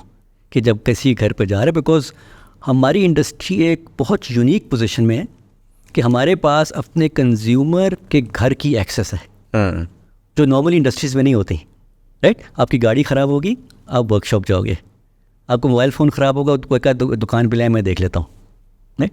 आपका fridge ख़राब होगा, आप गाड़ी में रख के दुकान पे नहीं ले जा सकते, आप फ़ोन करोगे, आओ इसको देखो। तो हमारे पास घर की एक्सेस है। तो वो जो घर की एक्सेस है उसको हम किस तरह इस्तेमाल करते हैं ये बहुत क्रिटिकल हो जाता है कि जब हमारा टेक्नीशियन किसी घर पे गया है, वो कैसे डील कर रहा है, प्रॉब्लम को कैसे सॉल्व कर रहा है, उनको फिर मॉनिटर करना, उनकी सारी प्रोग्रेस को। इसी वजह से हमने अपना कॉल सेंटर भी आउटसोर्स नहीं किया हुआ, वो हम खुद करते हैं, खुद मैनेज करें, हमारा अपना कॉल सेंटर है, हमने किसी को आउटसोर्स नहीं किया। इस वक्त हमारे पाकिस्तान में तकरीबन 350 के करीब से ज़्यादा बल्कि टच पॉइंट्स हो गए हैं फॉर सर्विसिंग आर प्रोडक्ट्स। सारे हमारे अपने नहीं, कुछ हमारे अपने, कुछ हमने फ्रेंचाइज़ पे दिए हुए लोगों को, बट उनकी ट्रेनिंग भी मेक श्योर करते हैं कि उसी लेवल की हो जिस तरह हमारी है। तो इस चीज़ को अचीव करने के लिए ना 2 चीज़ों का बहुत क्रिटिकलिटी है। एक तो जो आपने बात कर दी, क्योंकि टेक्नोलॉजी मेरी अपनी है, तो मैं एक थर्ड कंपनी पर डिपेंडेंट नहीं हूँ तो कम एंड टेल मी ये प्रोडक्ट काम कैसे करता है। क्योंकि टेक्नोलॉजी मेरी अपनी है, उसके डिज़ाइनर कंपनी के अंदर बैठा हुआ है, R&D टीम है सिटिंग इनसाइड द कंपनी, तो उस चीज़ की ट्रेनिंग देना हमारे लिए बड़ा आसान हो जाता है, राइट? और कोई यूनिक प्रॉब्लम आ जाता है तो the designer of the product is only phone call away, right? You just pick up the phone कि सर ये समझ नहीं आ रहा, ये मसला पड़ गया। एंड अगर वो पेशावर में भी मसला आया है तो और नहीं समझ आ रहा तो designer will on the next flight to Peshawar to go and figure out for himself, यार ये क्या हो गया, ये तो हमने देखा नहीं था, हमने कभी एक्सपीरियंस नहीं किया। सो वो एक हमारी पूरी जो मार्केटिंग का जो साइकिल है उसके अंदर कस्टमर केयर का बहुत बड़ा रोल इसलिए है कि अगर मेरा कंज्यूमर मेरी प्रोडक्ट से उस लाइफ टाइम में खुश है, और खुशी का मतलब ये नहीं कि ब्रेक डाउन नहीं होगा, खुशी का मतलब ये भी है कि अगर ब्रेक डाउन हो गया तो उसको ठीक करने के लिए फ़ौरन कोई पहुंच जाएगा। So we have a very elaborate database sort of dashboard, जिसकी बेसिस के ऊपर हम इस सारी चीज़ को देखते हैं। I personally look at that dashboard every week on Monday morning to see कि पिछले हफ्ते क्या हुआ, जिसमें हम देख रहे होते हैं कि आपकी 24 आवर्स में जितनी कंप्लेंट्स कितनी क्लोज हुई, रिस्पॉन्स टाइम्स हमारे क्या थे, कौन सी कितने परसेंटेज कंप्लेंट्स फंसी हुई हैं, किसको क्या करना है। तो we have a dashboard which I look at every Monday morning. Our marketing team, our other directors, including myself, once a month, I actually listen to calls of consumers जो हमारे कॉल सेंटर पे आई होती हैं। उससे हमें बहुत सारी insights मिलती हैं कंज्यूमर कॉल का। ये नहीं कि मैं किसी को मॉनिटर कर रहा हूँ, it's more about learning from the consumer कि वो क्या कह रहा है, किस किस्म के प्रॉब्लम्स आ रहे हैं, ताकि हम प्रोएक्टिवली उन चीज़ों को सॉल्व कर सकें। एंड जो हमारा क्योंकि लोकल अब डिज़ाइन कैपेबिलिटी है तो जो प्रॉब्लम आता है, क्योंकि ऐसा प्रॉब्लम आ गया जो अब समझ आ रहा है ये एंडेमिक प्रॉब्लम हो गया, हमने पहले मिस कर गए थे, या लोकल एनवायरनमेंट में कोई मसला खड़ा हो गया, तो हमारे उसको जाकर ठीक करना is a piece of cake, right? हमें तो किसी जगह कुछ कहने नहीं, हम तो खुद करते हैं डिज़ाइन।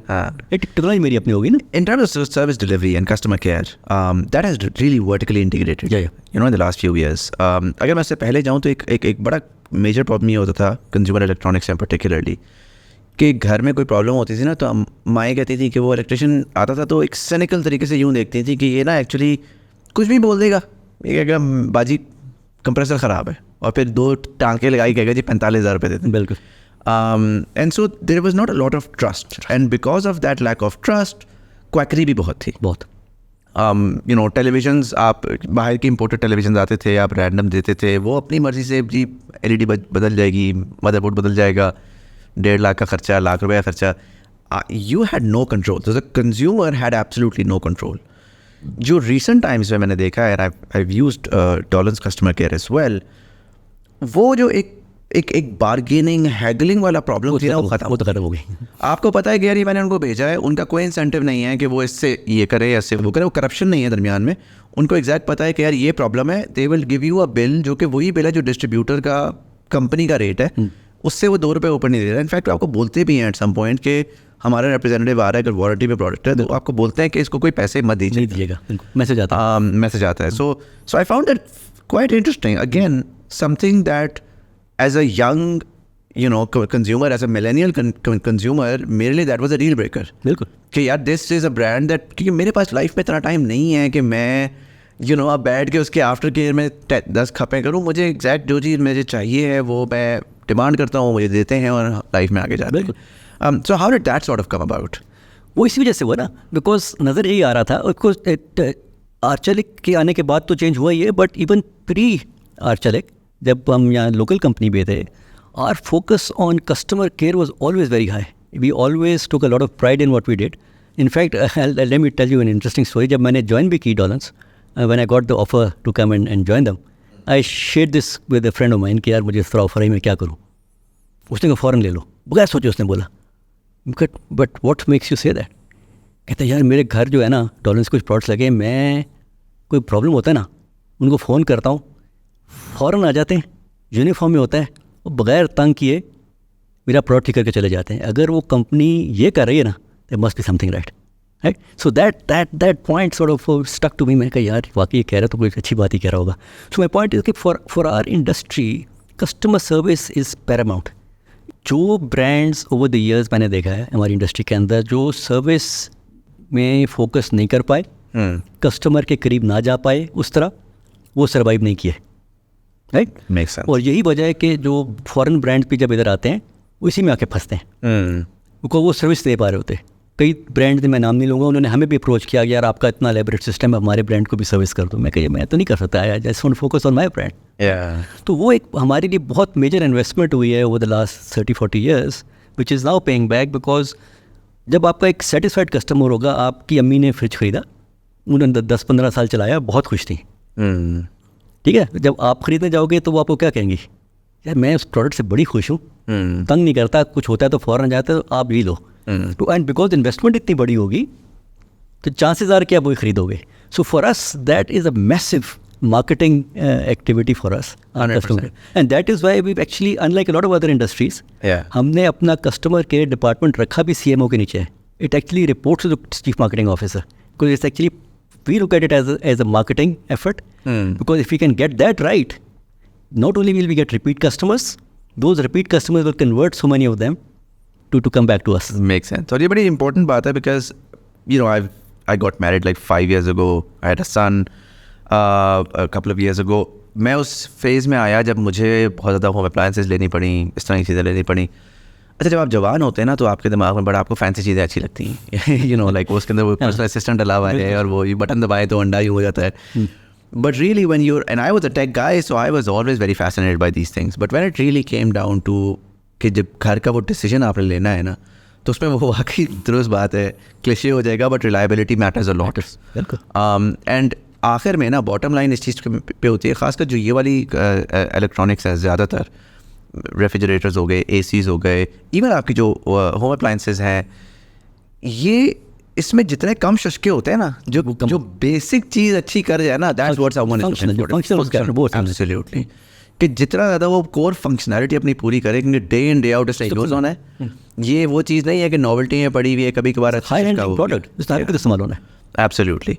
तो वो बड़ा इंपॉर्टेंट है. And unlike a car, you see, आप कार खरीदते हो ना मुज़म्मिल, आप दिन में कितनी देर गाड़ी स्टार्ट होगी? 2 घंटे, 3 घंटे, जितनी देर आपका कम्यूट है, राइट, टोटल. रेफ्रिजरेटर जिस दिन आप खरीदते हो, उस दिन से लेकर जिस दिन तक आप वो फौत नहीं हो जाता, वो चलता है, उस दिन नॉन स्टॉप चलना है. It's a very complex engineering product, people don't realise. बहुत हम तो उसको फंक्शनल देख रहे हैं ना. यू हैव टू इमेजिन कि हम जब इसको डिज़ाइन कर रहे हैं तो हम इसलिए डिज़ाइन कर रहे हैं कि इसने अपनी लाइफ टाइम पे एक दफ़ा भी नहीं बंद होना, tens of thousands of hours बंद नहीं होना. So that is the sort of testing that has to go into it, कि इससे एक दफ़ा जब स्टार्ट हो गया फ्रिज, अब इसे बंद नहीं होना. It's going to run for at least 10-15 years without ever stopping. तो पाकिस्तान में फॉर एग्जांपल जो हमारा, आप तो दुबई में हो ना, आप खैर यू बीन इन पाकिस्तान, जो यहाँ का बिजली का प्रॉब्लम है, तो अगर हमारा प्रोडक्ट उस बिजली की अप्स एंड डाउन्स को बर्दाश्त करने के लिए डिज़ाइन नहीं होगा, तो वह यहाँ नहीं चलेगा. अब हम उसको भी देखते हैं, लेकिन उसके बावजूद प्रॉब्लम्स तो आएंगे. That is where customer service comes in, कि अगर प्रॉब्लम आ गया, we need to be standing behind that product. आप कॉल करो, we'll be there, we'll fix it for you. Makes a lot of sense. Recently एक overall shift आ रहा है Dubai में. You know, we've been hearing a lot about COP28 and a lot of people are talking about sustainability. Climate change is something जो कि बड़े clear, हमारे Pakistan knows that better than anyone. I think last year the floods, they were devastating, and it increasingly became clear in our understanding as well कि भाई ये ऐसी चीज़ नहीं है. It's not a novelty that the sort of developed world is going to look for. This directly impacts us more so actually than the developed world. And so obviously while I was looking at everything that's happening in Dubai and COP का मैं देख रहा था, तो उसमें एक बहुत major जो एरिया है जहाँ पर काम हो रहा है दुनिया भर में, वो climate financing, climate within the climate change की स्पेस के अंदर, sustainability in the corporate space, sustainability in the consumer space. What are you guys doing? Is that something जो पाकिस्तान में इवन बात हो भी रही है इसके बारे में, या आप लोगों के केस में कोई are you even looking at sustainability? तो thank you. So like you said, हम कितने सालों से सुने आ रहे हैं climate change, but I think it's here and now. We are in the midst of a crisis, whether people realise it और नॉट. बट वो क्राइसिस के तो अब हम बीच में खड़े हैं इस वक्त. पाकिस्तान में तो हमें देख ही लिया पिछले साल, इस साल भी अगर आप देखें the way the weather patterns are changing in our country. आप ग्लोबली भी देखें जिस तरह की अर्बन फ्लडिंग्स हो रही हैं ऐसे ऐसे शहरों में जहाँ कभी सोचा भी नहीं था. वाइल्ड फायर्स, फॉरेस्ट फायर्स कितने ज़्यादा हो गए हैं. अभी हवाई का आप पढ़ रहे होंगे आजकल कितना बुरा हाल हुआ है. सो अब ये कहना है कि आएगा and some time in the distant future, that's gone. We are in the middle of it. So any brand, any company which is not taking it seriously is not fulfilling their responsibility. Arçelik जो है is the leader on sustainability in our industry globally.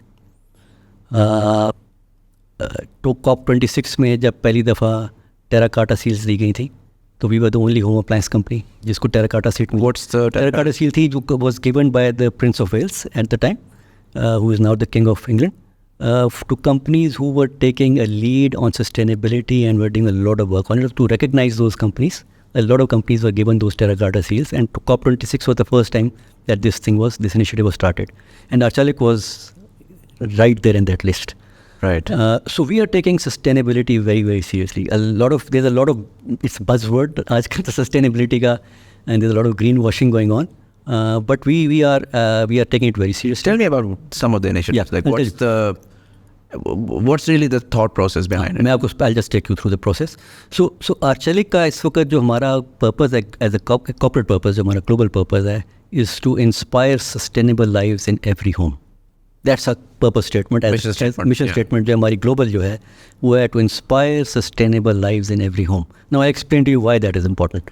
Now home can be looked at in both ways.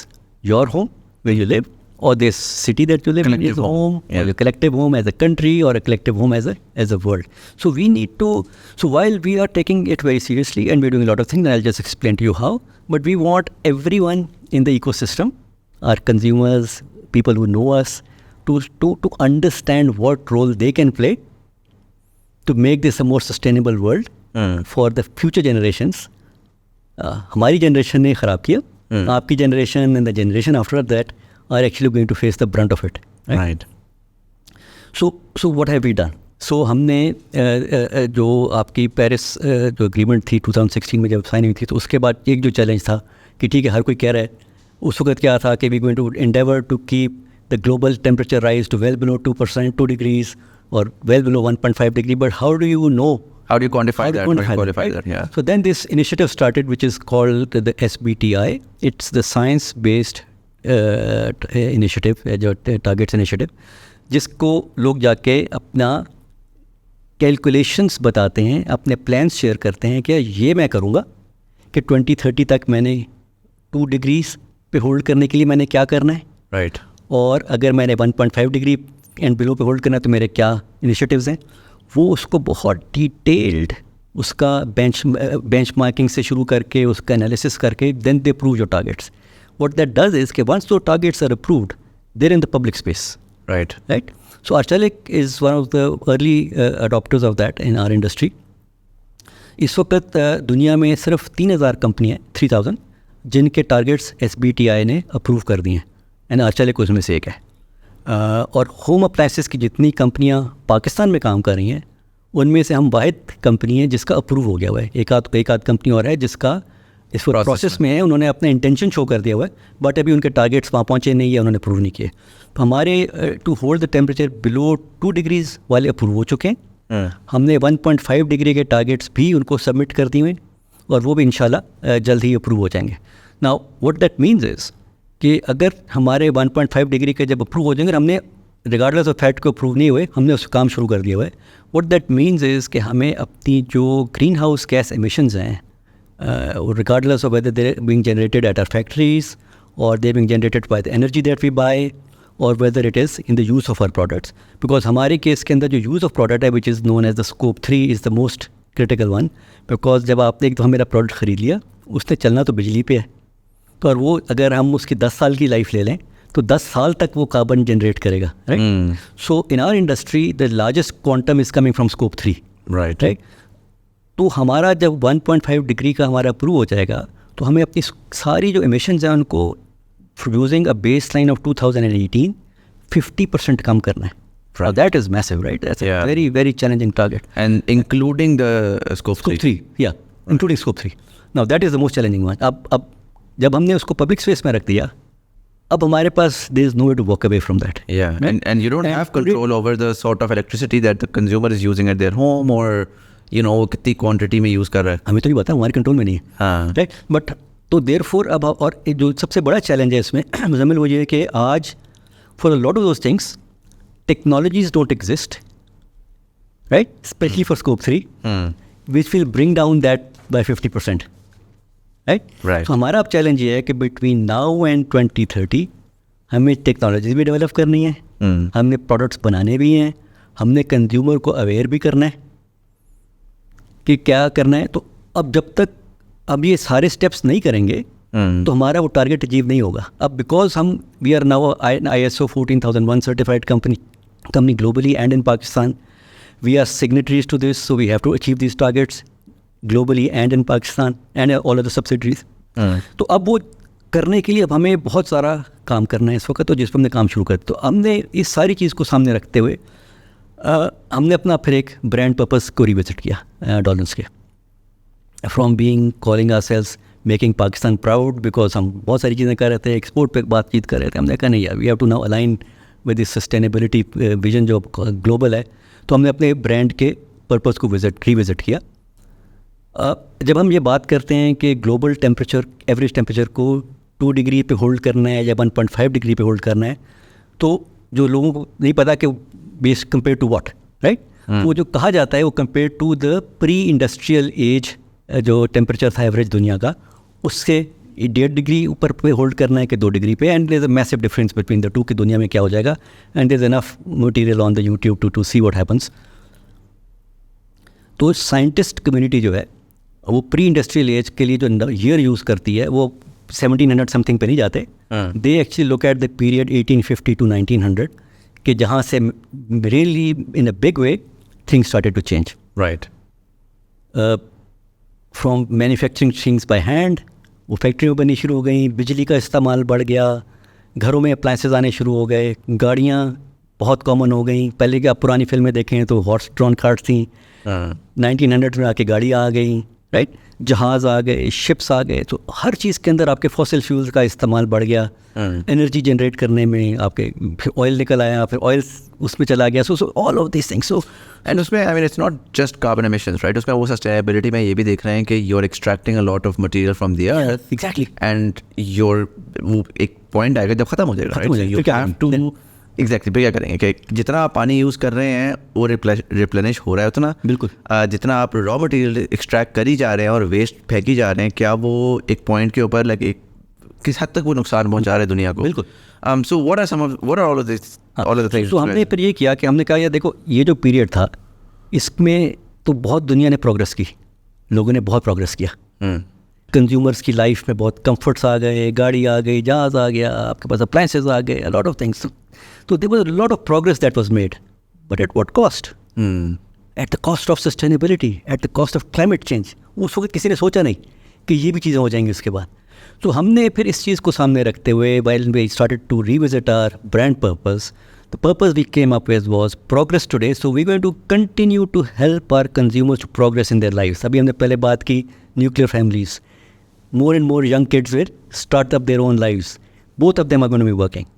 They would want those comforts. They would want to be having appliances which will help them progress in their lives. Otherwise, अगर नहीं करेंगे तो दोनों शायद काम ही ना कर पाएँ. कैसे चलेगी दुनिया, right? So we want to continue to help our consumer progress in their lives. But while we do that, we also want them to have the comfort that when they're using our products, they are the most climate friendly and sustainable products in that category. Right? That was the thinking behind it. And so हमारा जो फिर brand purpose बना वो बना progress today, preserve tomorrow.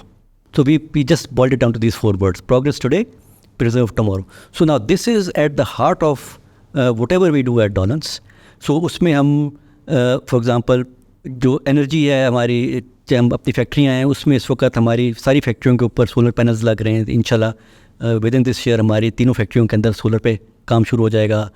We have invested in changing all that equipment जिसको हम बदल सकते थे to bring in more energy efficient. तो हम अपना एनर्जी की यूसेज को हम घटा रहे हैं. पानी का इस्तेमाल जो हमारा है पर, जिसको कहते हैं water extraction per unit of product, वो हमारा 2030 तक हमने उसको 45% नीचे लेके आना और उसके प्लान्स बने हुए हैं. And we are working very diligently towards that. Water recycling हमने बहुत ज़्यादा बढ़ा दी है. हमने अब तक जितना एफ्लुएंट है पानी का हमारी फैक्ट्री से, उसके आगे एफ्लुएंट ट्रीटमेंट प्लांट्स लगे हैं. जो हम यूज़ कर पा रहे हैं हम यूज़ कर रहे हैं. And there are other investments that are being made, ताकि majority of the water that's being generated we should not be throwing it away into the drains.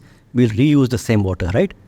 Plastic, क्योंकि हमारे प्रोडक्ट के अंदर प्लास्टिक बहुत लगता है, वो आपको अंदाज़ा होगा, कभी आप आए हम आपको फैक्ट्री में दिखाएंगे. तो जब आप प्लास्टिक पार्ट बनाते हैं तो उसकी कटिंग्स शेयरिंग्स बहुत सारी गिरती हैं. सो इस वक्त हमारे जितने भी प्लास्टिक पार्ट्स हैं, इस साल के आखिर तक 25% of the plastic that we're using is recycled plastic. Only 75% is virgin plastic. 25 हमारा recycled है. और जितना भी हम प्लास्टिक वेस्ट जनरेट कर रहे हैं उसका मेजॉरिटी हम खुद यूज़ कर लेते हैं. और जो अभी हम नहीं कर पा रहे, वी हैव आइडेंटिफाइड वेंडर्स जो हमें पता है कि उसको लैंडफिल में या फेंक नहीं रहे, वो उसको फिर किसी प्रोडक्ट के अंदर कन्वर्ट कर रहे हैं. सो इस वक्त हमारा जितना भी प्लास्टिक का वेस्ट जनरेट हो रहा है वो सारे के सारा यूज़ हो रहा है. तो we not throwing anything into the landfills. इसी तरह आपके जितने भी हमारे एरियाज़ हैं सस्टेनेबिलिटी के, उस पे हमारे इसी तरह के पूरे 2030 तक के प्लान्स बन गए हैं. And globally and in Pakistan as Arçelik and Dawlance we are committed to being net zero by 2050, which is what the requirement is, right? So we are committed to being net zero by 2050. By 2030 हमने अपने तीनों scope जो हैं 1, 2 and 3 के missions को 50% पे लेके आना है. So that's what we're working on. And what about energy and water for the consumer side, right? So how does this reflect in the products? I'll give you an example. My brother recently came to Pakistan from the US. पहले दिन वो गए, उन्होंने shower लिया, बाहर आए, कहते हैं यार यहाँ पे तो मुझे समझ नहीं आ रही. मैंने कहा क्या समझ नहीं आ रही? उन्होंने कहा भाई ये तो अपेरेंटली वाटर स्कार्स नेशन बननी है. यहाँ पे आप शावर खोलते हैं तो पानी ऐसे आता है कि like there is no tomorrow. He told me about America. He was like there is an entire regulation कि पानी की एक पर्टिकुलर एक बहुत थिन लेयर आ सकती है जो कि लीटर्स पर मिनट के हिसाब से वो कंट्रोल्ड होती है. And if manufacturer is not is creating products जिससे पानी ज़्यादा बाहर आ रहा है, उसको पूरा प्रॉब्लम होता है. पाकिस्तान में we don't have that, plumbing में और एरियाज़ में. And I feel like it's time now that within our product, वो जो हमने देखते हैं ना एक ज़माने में कि टंगस्टन चलता रहा बल्ब का कब तक, और वो कितनी बिजली ज़ाया करता रहा था. फिर then we move to energy savers and LEDs. So unfortunately वो होलिस्टिक टॉप डाउन तो नहीं आ रही पॉलिसी मेकर्स से, but at least companies can begin to be much more optimised in the technology that they offer, right? So in terms of the technology itself, is there anything that you're doing to make that more efficient? So we're doing multiple things, Muzamil. So we're working on 2 fronts. Right. एक हम काम कर रहे हैं अपनी technology side पे, I'll just explain to you, and दूसरा हम कंज्यूमर साइड पे भी काम करें. तो I'll take you through both of the things that we're doing. So on the technology side, अब हमारे जो रेफ्रिजरेटर्स हैं, चाहे हमारे वॉशिंग मशीन्स हैं, उनके अंदर we are making sure that they are using less and less energy, and we're constantly working on, जिस तरह अब आपके हम बात सुनते हैं कि इन्वर्टर रेफ्रिजरेटर्स आ गए हैं. तो जो इन्वर्टर है that uses significantly less energy than the regular ones. So Aahista Aahista हमारा अब क्योंकि हम कंज्यूमर को अवेयर कर रहे हैं तो उसका रेशो बढ़ रहा है और आगे बढ़ता चला जाएगा. And they will come a point in time जब रेगुलर मिलेगा ही नहीं. इसी तरह ये तो एनर्जी की तरफ होगा, तो हम हर प्रोडक्ट कैटेगरी के अंदर इस चीज़ के ऊपर काम करें टू मेक श्योर कि हम आहिस्ता आहिस्ता सारी चीज़ को इन्वर्टर पे ले जाएं ताकि एनर्जी की यूसेज काफ़ी कम हो जाए. ऑन द वाटर साइड अगर हम वॉशिंग मशीन्स की बात करें तो आपकी जो फ्रंट लोड वॉशिंग मशीन है हमने यहाँ लॉन्च कर दी है, असेंबल कर रहे हैं इसको. अभी मैन्युफैक्चरिंग नहीं की कि वॉल्यूम कम है, and eventually we will start manufacturing them also locally. move on from just assembling. Now a front load washing machine will use in its washing cycle 16 liters of water, right, as opposed to 46 liters of water जो front top load use करती है. So there's a massive saving. अब आप साल के ऊपर हिसाब लगा लें कितना होगा. एंड अगर आप हाथ से धोते हैं क्योंकि नलका एक तो खुलता है तो खुला ही रह जाता है, तो वो तो बहुत ज़्यादा पानी इस्तेमाल करता है, right. So we are giving those technologies and we are constantly striving to make our products more and more efficient in their uptake of water for achieving the results that the consumer expects, right. हमने अभी कुछ साल पहले पाकिस्तान में dish washers को launch किया. लोग समझते हैं हमने as a lifestyle product launch किया है. I look it as a sustainability product and लोग इस बात को नहीं समझते, right? तो जब आप एक डिश वॉशर में बर्तन धोते हैं तो वही बर्तन अगर आप नलके के नीचे धोएंगे तो वो यूज़ करता है तकरीबन, हमने जो है हिसाब लगाया है 125 लीटर पानी. अच्छा. और वही बर्तन जब आप डिश वॉशर में धोते हैं तो वो 9.5 लीटर में धोता है, राइट. तो अब एक डिश वॉशर अगर आप दिन में एक दफ़ा भी चलाएं तो साल का तकरीबन 1 लाख लीटर पानी बचा देता है. और बिकॉज हमने उसके अंदर बहुत highly efficient energy efficient Motors भी लगाई हैं तो वो और हीटर्स भी, और वो ना सिर्फ कम पानी से धोता है, it's very hygienic also because उसके अंदर वो पानी को गर्म करता है अप टू 70 डिग्रीज. अब 70 डिग्रीज में आप नल के नीचे धो नहीं सकते, right. So dish washer is saves a lot of water but is very low on energy, right. अगर आप मोटा मोटा हिसाब लगाएं, एक दिन में अगर आप डिश वॉशर चलाते हैं एक साइकिल उसका, तो बिजली plus detergent cost and everything is about 100 rupees a day. अच्छा. Which is nothing. Yeah. तो 100 रुपीज़ अ डे में अगर आपके बर्तन धुल जाते हैं 3,000 rupees a month, right? Yeah. So you'll probably be paying someone more अगर आप किसी थर्ड पार्टी को हायर कर रहे हैं. Absolutely. Right. So my point is कि तो इसी तरह हमारी जितनी भी प्रोडक्ट कैटेगरीज हैं, हमारा इस वक्त कॉन्स्टेंट फोकस इसी चीज़ के ऊपर है कि हम ऐसी टेक्नोलॉजीज लेके आएँ. और counter follow-up thought कि this 3,000 rupees right now is today. It's important to understand कि right now the water is not priced correctly in Pakistan. Not priced at all in most cities. Not priced at all, right? When the real scarcity begins to hit, which unfortunately World Bank says it will, yeah, right? So it's a matter of time. It's a matter of time. That's when effectively rationing होगी, और जब rationing होगी तो तब आपको truly cost of water की sense मिलेगी. बिल्कुल. And that is when products like these will be really, really important because आपके पास अगर let's say 100 gallons a day आ रहा है तो you don't want to spend 100 liters, you want to spend 9 liters on dishwashing. So there's a very, very strong business case in there as well from the consumer perspective. ऐसी बात नहीं है. आज भी देखें बिजली जितनी महंगी हो गई है, using an efficient product as opposed to using an inefficient product. Yeah, well, long term it pays you back. Pays back. So there's a very, very strong business case in there. And जो आप बात करें ना, इसमें जिस तरह मैं इसको देखता हूँ मुज़म्मिल, जैसे जैसे वक्त गुजरा है और जो आप लोगों की जनरेशन आ रही है, it is far more aware on such matters than we were.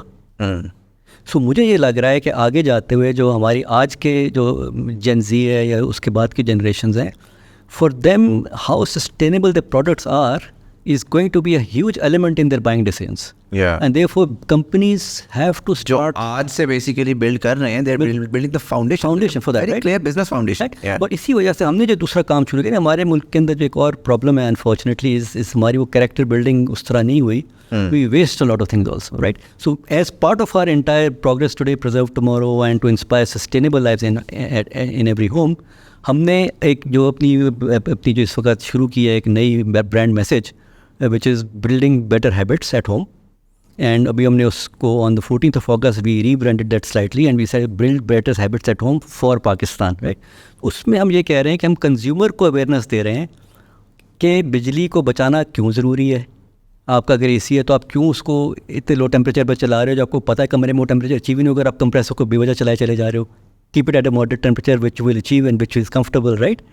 आप कमरे से उठ के गए तो बंद करके जाओ, क्यों चल रहा है. पानी का नलका है, क्यों पानी इसको ज़ाया करो. अभी आपने अपने दोस्त का एग्जांपल दिया. हमेशा हम सुनते हैं कि आपको कोशिश करनी चाहिए एक बाल्टी में आप नहाएं टू कंजर्व वाटर, बट क्योंकि हमें तो आदत पड़ गई है शावर लेने की. तो मैं बड़ा इस पर सोचा था क्या करो. बीवी मुझे कहती थी यार उमर पानी बचाओ, बाल्टी से नहाया करो. मैं ये तो मैं नहीं कर सकता. सो देन आई थॉट कि व्हाई नॉट मेजर इट. तो मैंने एक दिन अपने शावर के नीचे बाल्टी रख दी, राइट. और मैंने मेजर किया कि मेरे घर पर जो प्रेशर है उसमें बाल्टी कितनी देर में भर गया, टाइम रेट, राइट. तो 4 मिनट में भर गई. अब for the last many years मैंने घड़ी लगा दी है and I time my self, right. I am out of the shower in less than 4 minutes. And it's there's nothing wrong with that, right? Yeah. तो ये छोटी छोटी हैबिट्स हैं जो अब हमें बिल्ड करनी है. खाना हम कितना ज़ाया करते हैं. Not only in Pakistan, globally, you'll be surprised to know, Muzamil, 1/3 of all the food that's produced in the world is wasted. It's massive. When I first read that statistic, मैंने पहले उसको believe नहीं किया था. I sort of started looking into it for more reliable sources, and that was true. Almost $950 billion worth of food is just thrown away. Imagine the sustainability impact. Take poverty and वो अपनी जगह, the moral side of it, right? वो भी ज़रूरी, मैं नहीं कह रहा वो ज़रूरी नहीं, but imagine the sustainability impact it has. What sort of food we eat at home? Are we eating locally sourced food? Or are we dependent on imported food? आप दुबई में रहते हो तो हर चीज़ import होती है. Just imagine the food that you eat in Dubai. It's a massive carbon footprint. वहाँ तो local है ही नहीं कुछ. न्यूजीलैंड से सेफ वहाँ पे safe that comes from New Zealand. It's not just trying to imagine कि उसका कितना carbon footprint था to get it there on an aircraft, right? So अब जब तक तो मैंने जो उसके लिए टर्म मैंने अब खुद ही यूज़ करना शुरू की है, मैं उसको कहता हूँ we need to move towards a very mindful living. एहसास से भरपूर ज़िंदगी. जिस दिन हर इंडिविजुअल अपनी ज़िंदगी में ये एहसास ले आएगा ना कि जो मेरा एक्शन है इसका सस्टेनेबिलिटी पे क्या रिएक्शन है, that's will be our win. And हम एज अ ब्रांड अब कोशिश ये कर रहे हैं कि हम अपनी जितनी भी हमारी ब्रांडिंग होगी, जिधर भी हम इससे बातचीत करेंगे, this building better habits at home for Pakistan is going to be one of our key messages in a lot of things going on from here, because हम समझते हैं कि while हम बहुत कुछ करेंगे, वो आपने थोड़ी देर पहले बात की थी, मैं कुछ भी कर लूँ, अगर उसको सही इस्तेमाल ना किया तो इम्पैक्ट नहीं आएगा. तो हमें एजुकेट करना है. That's what we take. ये बड़ी अच्छी बात बोली, mindful living. It really reminds me of COVID. COVID was tough for a lot of people. The later months were definitely very, very tough, and not with like the health part notwithstanding. The first couple of months, when I spent that with my wife, हमने नया अपना घर renovate किया था, and पूरी दुनिया बंद हो गई. और 2 महीने अगर मुझसे कोई पूछे ना, तो अगर मैं अपनी लाइफ के रीसेंट लाइफ के बेस्ट टाइम निकालूंगा तो मुझे वो पहले 2 महीने याद आते हैं. अच्छा, हमारी ज़िंदगी में उससे पहले एक भाग दौड़ थी, कॉन्स्टेंटली काम में, चीज़ों में. आप कंज्यूमर चीज़ें ख़रीदी जा रहे हो, कंज्यूम करी जा रहे हो, फेंकी जा रहे हो, खुशी नहीं मिलती थी. उन 2 महीनों में कुछ ज़्यादा ख़रीदा भी नहीं. पौधे उगाए, भिंडी उगाई मैंने अपने घर के अंदर, ये क्या वो क्या. मैंने इसमें ये चीज़ रियलाइज़ की कि a lot of times what we are doing is we are just in this post modern world, we are just going and competing and buying and throwing away in a lot of ways because we're competing with people, right? Covid में जब कोई नहीं था ना, guilt free घर पे बैठे हुए थे, तो अच्छा खा रहे थे, साफ खा रहे थे, थोड़ा खा रहे थे, बेसिक चीज़ों पे. इट वाज जस्ट वो जो माइंडफुल वाली आपकी बात है, वो इतनी पावरफुल है कि हमने दुनिया बहुत अजीब कर ली है. इट रियली कनेक्ट्स विद कि हमने दुनिया बहुत अपेरेंटली एडवांस तो कर ली है, but is it really good for us? Right, we have to be more mindful, we have to be more sustainable. Because I feel like बस हो गई है, खासकर मेरी जनरेशन में ना. अब वो इंस्टाग्राम पे देख नई चीज़ें खरीद के कोई आपको खुशी मिलती नहीं है. नहीं, it needs to be a lot more inwards. बिल्कुल. एंड अ लॉट मोर हमारा एक बहुत as a society consumer driven हम हो गए ना, consumption based. You need to question that. Yeah. Do we really need to do all this? Yeah. तो जितना हम उसको कम करेंगे, कपड़ों को हम बेवजह फेंक देते हैं. हाँ, बेहतरीन कपड़े होते हैं, उससे डिज़ाइन आउट हो गया और फेंक दी. तो आपने किसी और कुछ पहने देख लिया, मैंने भी वही लेना है. हाँ, right. Just because you can, does that mean you should? Exactly. That's my point. That is what I define as एहसास से भरपूर ज़िंदगी. Yeah. Mindful living. 2 words. अगर ये हम अपनी ज़िंदगियों के अंदर इसको ले आना, मेरी नज़र में I think that's going to be a game changer for this world, because we owe it to this world. This is the only world we have. There is no earth. This is the only one we have. 100%. So if we don't leave it in a form which makes it livable for our children and their children, then जो हमने मुसीबत खड़ी की है, ठीक भी तो हमें करना चाहिए ना. वो हमें बुरा भला कहेंगे बाद में, हम तो होंगे भी नहीं सुनने के लिए. बट इस generation like us and the ones before us, जिसके बारे में कहा जाए देखो वो क्या कर गए, तो we need to start changing that course. Right, make sense. मुझे थोड़ा सा ये बताएं, Dawlance as a brand, I mean, in the very start of the conversation I spoke about this as well, we never really got into it. there's been a huge transformation, and particularly जब मैंने कहा कि product range में, I mean, you guys are doing shavers, you guys are doing steamers, you guys like things that I could never imagine Dawlance to be doing, बड़ी sort of extended baseline product line थी. So in terms of the SKUs, that has increased rapidly. In terms of the quality, again, if you still haven't seen Dawlance recently, you should go check it out. Honestly, मैं जब इनके store पे गया था, I was like, my mind was blown. Some really cool stuff happening there. So there is that transformation happening as well. But within the brand, आप कह रहे हैं ना कि आगे एक यूथ की डेमोग्राफिक है, नंबर है, वो सारा कुछ है.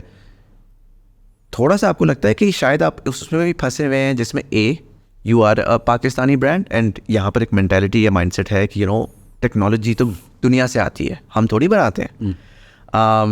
एंड दूसरा, काफ़ी दफ़ा ऐसे होता है कि brands do fall prey to the legacy being the legacy, right? So for Gen Z, they'll be like, I don't know, like, ये तो अम्मी अब्बू को पसंद था. Do I connect with this brand? How would you rebrand yourself? Add the newer generation to that brand where it becomes much more hip, much more connectable to the newer audience, right? Because now that you're talking about Gen Z and this and that, उनकी requirements ही फ़र्क हैं. वो तो TikTok देख के बड़े हो रहे हैं, वो जिस तरह perceive करते हैं वो बिल्कुल different ही करते हैं. So tell me a bit about that transformation that's happening at Dawlance, and how do you see that transformation going further as the newer, younger generation, the bigger opportunity that's going to hit the market, comes of age? So again, Muzamil, this is actually being driven off our global journey. जो आप जिन products की बात कर रहे हो वो हम अब कोशिश हमारी ये है कि हमारा जो प्रोडक्ट पोर्टफोलियो है उसको हमारा जितनी भी प्रोडक्ट्स ग्लोबली हम एज आर्चेलिक या बैकोवर या whatever we keep constantly looking at it. But in Dawlance forever and even now, everything is driven off consumer insights. We have a very elaborate system of to do research, consumer research. We try and connect with our customers at a level जहाँ पे बहुत कम brand जाके connect कर पाते हैं, to understand what they do and what they need. And अब हमने एक नया फंक्शन शुरू किया है which is called a CX, customer experience. So we're trying to do a lot of work to understand the consumer mind, what it is that they're looking for, right? And I'll take you back to what I was saying. And because we have our own R&D, right? तो जो भी हमें insights वहाँ से मिल रही हैं from the younger generation, it is very easy for us to build all those expectations into our products, which is our existing range की मैं भी बात कर रहा हूँ, which are very functional products, right? अभी आपने भी बात की कि रेफ्रिजरेटर ले तो लिया, अगर उसमें सारे कशके हैं भी मैं इसको इस्तेमाल नहीं कर रहा तो मेरे किस काम का, right? As long as functionally पूरा करेगा तो कुछ चीज़ें तो functional हो जाएंगी. Right. But we will constantly be looking at connected devices. IoT की मैंने बात की, हमारा जो R&D सेंटर है वो यही तो काम कर रहा है बेटा, राइट? सो आहिस्ता आहिस्ता आप देखेंगे कि हमारे ज़्यादातर प्रोडक्ट्स जो हैं वो कनेक्टेड डिवाइसेस की तरफ चले जाएंगे. हमारे बहुत सारे प्रोडक्ट्स सोलर ड्रिवन भी हो जाएंगे, चाहे वो सस्टेनेबिलिटी की पर्सपेक्टिव से हो रहा है बट कंज्यूमर के पॉइंट से बड़ा इंपॉर्टेंट हो जाएगा. इसी तरह हम जो दूसरी चीज़ कर रहे हैं जिसकी आपने भी जिक्र किया, हम बहुत सारी ऐसी कैटेगरीज अब ऐड कर रहे हैं which the younger generation can connect with easier, right? Shavers हमने मेंस केयर रेंज ले आए हैं, विमेन केयर के लिए भी हमने हेयर ड्रायर्स लॉन्च कर दिए हैं, हमने हेयर स्ट्रेटनर्स लॉन्च किए हैं. Huge range which is in the pipeline which is coming. इसी तरह किचन के अंदर हमारे पहले तरफ जाओ तो आपको फ्रिज फ्रीज़र तो नज़र आ जाता था, अब आपको आप you think of it and you'll find a product in the Dawlance range, and we are constantly striving to add more and more products. But every product that is added उसमें दो चीज़ें हमें देखनी होती हैं. पहली चीज़ हम करते हैं जो आपने बात की कि जब तक मुझे कंज्यूमर इंसाइट नहीं मिल जाती हम उसको लाते नहीं हैं, राइट? कंज्यूमर इंसाइट के बाद होता है कि जो लोकल नीड्स हैं उसको फुलफ़िल करने के लिए फिर हम जाते हैं सप्लायर के पास एंड मेक श्योर, बिकॉज इस वक्त इकोनॉमीज ऑफ स्केल नहीं तो मैं शायद लोकल ना बना पाऊँ सारी चीज़ें. बट अगर मुझे कहीं से सोर्स भी करनी है तो we spend at times years just figuring out till that vendor or supplier is willing to fill my need, I will not launch it because otherwise it doesn't make sense, right? तो हम बहुत जो consumer insight उठाते हैं फिर हम उसको product के अंदर build करवाते हैं ताकि वो पूरी तरह उसके साथ aligned हो with the need. And I feel कि जिस तरह हमारी रेंज बढ़ती जा रही है, हमने टेलीविजन इस साल लॉन्च कर दिए हैं. Again screen products are on the rise, people use screens whether it's for gaming or whether it's for watching television or even now YouTube and all these things are being watched on TV. Are these televisions being manufactured? Yeah, in Pakistan. We've set up a production line. अभी in the first stage like ऐसे कि हमारा जो भी product की जो journey होती है, it starts off as a CBU, then goes into local assembly, and the third phase is localisation. Right. तो CBU टीवी पे हमने CBU किया ही नहीं, we gone straight into local assembly. हमने पूरा उसका एक नई अपना प्रोडक्शन लाइन लगाई है, जिसमें टीवी प्रोडक्शन के अंदर जो एक बड़ा क्रिटिकल कंपोनेंट होता है वो होता है क्लीन रूम उसको कहते हैं, जहाँ पे आपका जो पैनल है उसने असेंबल होना होता है, वो बड़ा ज़रूरी होता है. तो जिसके पास वो हो तो उसका मतलब है उसके लिए आगे जाके लोकलाइजेशन आसान हो जाती है. राइट. तो हमने तो शुरू ही क्लीन रूम से किया है. So we have our own clean room. उसके बाद असेंबली कर रहे हैं. पूरी रेंज है हमारे पास 32 इंच से लेके 65 इंच तक, which are the most selling one. बड़े टीवी होते हैं, हम इंशाल्लाह वो भी ले आएंगे, बट उसमें इतनी वॉल्यूम्स नहीं होती. So we are actually getting into those now product categories जो ग्लोबली हमारे पास थी आर्चेलिक की इकोसिस्टम के अंदर, और जिसके साथ अब यंगर जनरेशन कनेक्ट करती है. So I think over the coming years you will see a massive shift in Dawlance being recognized only as a refrigerator brand to becoming a lifestyle brand. Right. And in terms of, again, that Lahore outlet that I remember is, I'm sure it's still there. Yeah, it's still there. There is again a consumer behavior था पहले कि आप जाते थे local shop के ऊपर, वहाँ पे जाके जो है ना आप 50 आइटम्स पड़े होते थे, आप कहते थे यार कौन सा है, उसके बाद जो डिस्प्ले में होता था वो आपको रैंडम रेंज बताता था, आप उसमें से लेकर आ जाते थे. तो it was very distributor heavy. But globally भी हमने देखा है कि अब जो ब्रांड्स इमर्ज हुए हैं, they direct to the customer, right. So they build that relationship on the get go. And I saw a झलक of that at your Lahore store. Are you doing more of that in terms of के retail experience को change करना है, directly consumer के touch point पे पहुंचना है, बजाय इसके कि being in a dingy shop with 10 other items of 10 other brands? So unlike a lot of other markets including Turkey, जहाँ पे single brand shops होती हैं, पाकिस्तान में because the way the market evolved, almost more than 90% of the shops are multi-brand shops. आप एक shop में जाएंगे, चाहे कराची सदर में चले जाएं या ब्लू एरिया में चले जाएं या लाहौर आबद मार्केट चले जाएं, आप शॉप पे जाएं, आपको हर तरह का ब्रांड मिलेगा, and then you have to sort of pick and choose और गेट कंफ्यूज व्हाटएवर. सो अब उन सबको सिंगल ब्रांड पे लाना तो पॉसिबल नहीं है. So what we doing is, जिस शॉप की आप भी बात कर रहे हो, we call those experience stores. Right. उसमें हम कंज्यूमर के लिए हम उस तरह के शॉप्स पूरे पाकिस्तान में खोलने की कोशिश करें through our dealers. That shop was also owned by a dealer, but we design it for them, we help them learn that. And उसमें जब आप जाएंगे इन शॉप्स के अंदर, तो we try and create an whole experience. You can go and try the product, right, not only just see the product. वहाँ पे अगर हमारा कोई एयर फ्रायर पड़ा है तो you can someone cook it for you. वहाँ पे आपका अगर अवन है तो आपको बिस्किट बना के आप देख सकते हैं कैसा बनेगा. So these are basically experience stores where you can go and touch and feel and also experience the product. Touch and feel तो आप नॉर्मल शॉप में कर लेते हैं, but they will not let you experience them, right. जो हमारी local other shops हैं वो अपनी पुरानी फिलॉसफी के साथ चलते आ रहे हैं. वो एक ही स्टाइल था उनका, उसी तरह उन्होंने सीखा काम करना, and they been very successful in doing what they do. Retailing has changed the world over. Yeah. Right? Arçelik has massive experience in retailing. Right. In Turkey, in Europe, in the UK, जहाँ पे बहुत बड़े बड़े retailers के साथ काम कर रहे हैं. We constantly learning from them कि क्या करना है. तो जितनी हमारी रिटेलिंग के अंदर ग्लोबल लर्निंग आ रही है, हम उस सारे को डिस्टिल करके अपनी इन एक्सपीरियंस स्टोर्स के अंदर लेके आ रहे हैं. And every store that's going to be designed like this. अभी हमारे 4 खुल चुके हैं अभी, and there many more in the pipeline. Any in Islamabad? नहीं, एक इस्लामाबाद में भी है, ब्लू एरिया में. एक इस्लामाबाद में है, एक पेशावर में है, एक लाहौर में और एक कराची में. और अभी और बन रहे हैं इस वक्त हमारे. तो वो जब सारे हमारे पूरे पाकिस्तान में मेजर जगहों पे खुल जाएंगे, तो आई फील एक तो वो हमारे एक्सपीरियंस जोन्स होंगे, but the bigger thing that I see happening in the coming years is our existing dealers जिनकी अपनी शॉप्स हैं, वो जब वो देखेंगे कि वहाँ कितना अच्छा काम हो रहा है, I feel they will also start changing. They will upgrade themselves at the very least. वो फिर sort of Best Buy and उस तरफ के मॉडल्स में जाएंगे, थोड़ा सा कंज्यूमर एक्सपीरियंस बेहतर हो ना. बिकॉज अभी तो आपको दुकान में जाते हैं, चलने की भी जगह नहीं होती. हाँ. आप तो जो लाहौर की शॉप की बात की थी, we kept it very open. आप जाएं, 3 स्टोरीज. तो वो हम उसी तरह की चीज़ें क्रिएट करने की कोशिश कर रहे हैं. तो अब हमने पूरा उसका ना वो ब्लू प्रिंट बनाया हुआ है, क्या साइज़ होगा शॉप का, कितना फ्रंट होना है, उसमें किस तरह क्या चीज़ रखनी है, पहले क्या पड़ा होगा, पीछे क्या होगा, किधर क्या चीज़ होगी. एवरीथिंग. टीवी जहाँ बेचना है उधर हमने किस तरह उसको लगाना है कि वहाँ बैठ के आप एक्सपीरियंस कर सको, यू गेट द होम वाला experience. Direct to consumer e commerce कैसा गया है? ई कॉमर्स शुरू हो गया हमारा. We have our own website as well. We are working through market places, particularly Daraz इस वक्त. I feel e commerce is going to become very big in the coming years. आप लोगों की जो जनरेशन है and the generation after that, they don't like to get up and go to the market and buy stuff. Yeah, I mean, I moved to Dubai and I obviously came into an empty apartment. 8 days later, we had everything. We had beds, sofas, bartan, chamche, functioning apartment. Exactly. I hadn't gone out of my house even once. Right? So IKEA online, this online, that online. So that's just how exactly this generation works, right? Yeah. हम लोग अभी भी अगर मैंने आज भी कुछ लेना होगा तो I'll probably go and get. I'll feel more comfortable कि मैं इसको खोल के देखूँ सब कुछ हो. So e-commerce is going to be massive in the coming years, I think.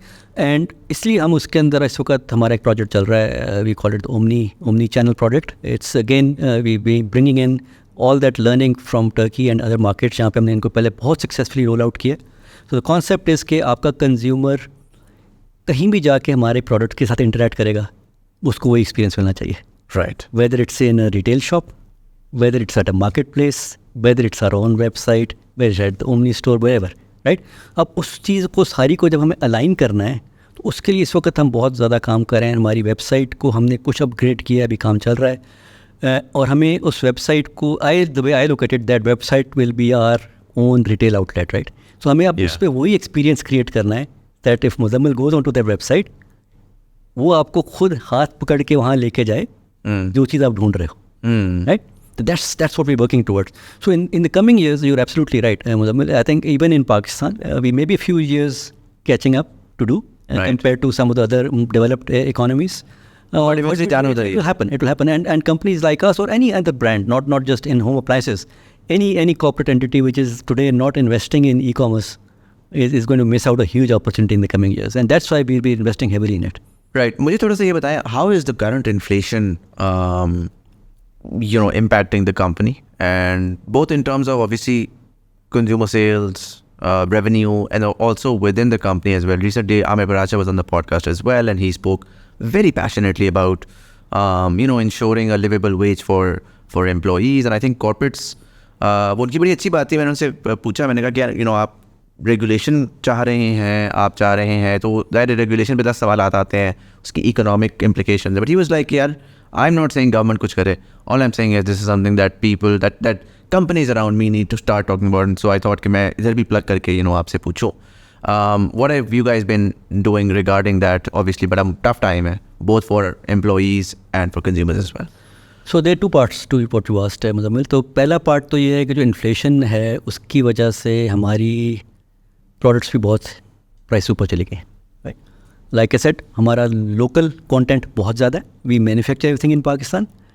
Unfortunately because Pakistan में हैवी इंडस्ट्रीज़ में इन्वेस्टमेंट नहीं होते years, we still dependent on importing a lot of raw materials. So plastic moulding compound Pakistan में नहीं बनता. Steel mill उस तरह की है नहीं जो हमारे ग्रेड का स्टील बनाए. So we end up importing a lot of raw materials. तो उसकी वजह से there is obviously an impact on us with the devaluation that's happened. And ना चाहते हुए भी we had to sort of pass on the cost to the customer, and the products have become expensive. Right. I feel bad about it, but that was something we had to do to keep the company running. उससे market में shrinkage हुई है. we've seen a very massive shrinkage in market, but because Pakistan के अंदर कोई documented उस तरह measurement नहीं है, it's difficult to say कितनी है. You ask people, कोई आपको 30% कहेगा, कोई 40% कहेगा, but there is a definite shrinkage in the market size. I feel it's short term because हमारे products अब luxury items नहीं रहे. they are necessities. इस वक्त लोग सिर्फ कर ये रहे हैं कि जो रिपेयर करा के 1-2 साल चलवा सकता है वो कोशिश करें, यार अभी 2 लाख का एसी ना खरीदो, अभी ठीक करा के 2 साल और निकालो, 2 साल बाद देखेंगे. So that demand will come back, so we not worried. Right. वो नॉर्मलाइज होगी, wages will normalise somewhere up. तो आई थिंक तो जब आप किस तरह की हाइपर या हाई इन्फ्लेशन आती है, 2-3 साल लगते हैं रेट पे आएगा और फिर ठीक हो जाएगा sir. So I am not too worried about that. So we need to just pass that time. तो इंशाल्लाह वो ठीक हो जाएगा. We going to try and we try to only pass on what is absolutely necessary. Right. So we're not sort of trying to what a lot of companies do is to try and gain margins over there. हम उस पर कोशिश करें ना करें, कोशिश हमारी हुई कि जो हमारा कॉस्ट है उसी को पास ऑन करें. On the employee side, unfortunately it's a very tough time, I know. I agree with what Amir has been talking about. He's been very forcefully talking about it, the fair living wage. I fully agree with what he says. Let me say that up front. We're not on it yet. but we have a plan of eventually moving towards that. And I agree with him, ये government regulation से नहीं होगा. Government आज तक अपना जो हमारा minimum wage है उसको ही इम्प्लीमेंट नहीं करवा पाई, तो fair living wage is a far cry. I think corporates will have to understand how important this is and eventually move towards that. It may be a journey, but I think the first step is important, where companies need to start talking about it, start having plans for it, and then eventually, inshallah, get there as well. आज की environment में जहाँ पे inflation, depending आप किसका number माने, 30%, 35%, 40%, different sources go to different number. What we've done is we've made sure that all our employees have increments which are in line with the current inflation. Which is something very few I've not heard of any other company which has done it. So as of today, अगर मैं आज की बात करूँ, our average salaries in our company compared to what they were on the 31st of December are at least 37% higher than what they were on the 31st of December. Achha, really? Yeah. 6 months ago? Yeah. So we actually raised our salaries in line with inflation. That's the least we could have done. Right. We thought we could take care of them. इसी तरह जब Covid भी हुआ था, I'll just tell you, Covid जिस तरह 22nd March everything shut down. Right. Our factories shut down. Our factories were shut for almost 6 months. No production, zero production. अच्छा. And we were going into the season, summer season. Yeah. तो जैसे हम season में जाते हैं तो हमारा temporary hiring बहुत होती है, बिकॉज हमें सेकेंड थर्ड शिफ्ट चलानी पड़ जाती हैं to keep up with the demand. तो we were at peak production, peak employment, right, shuts down.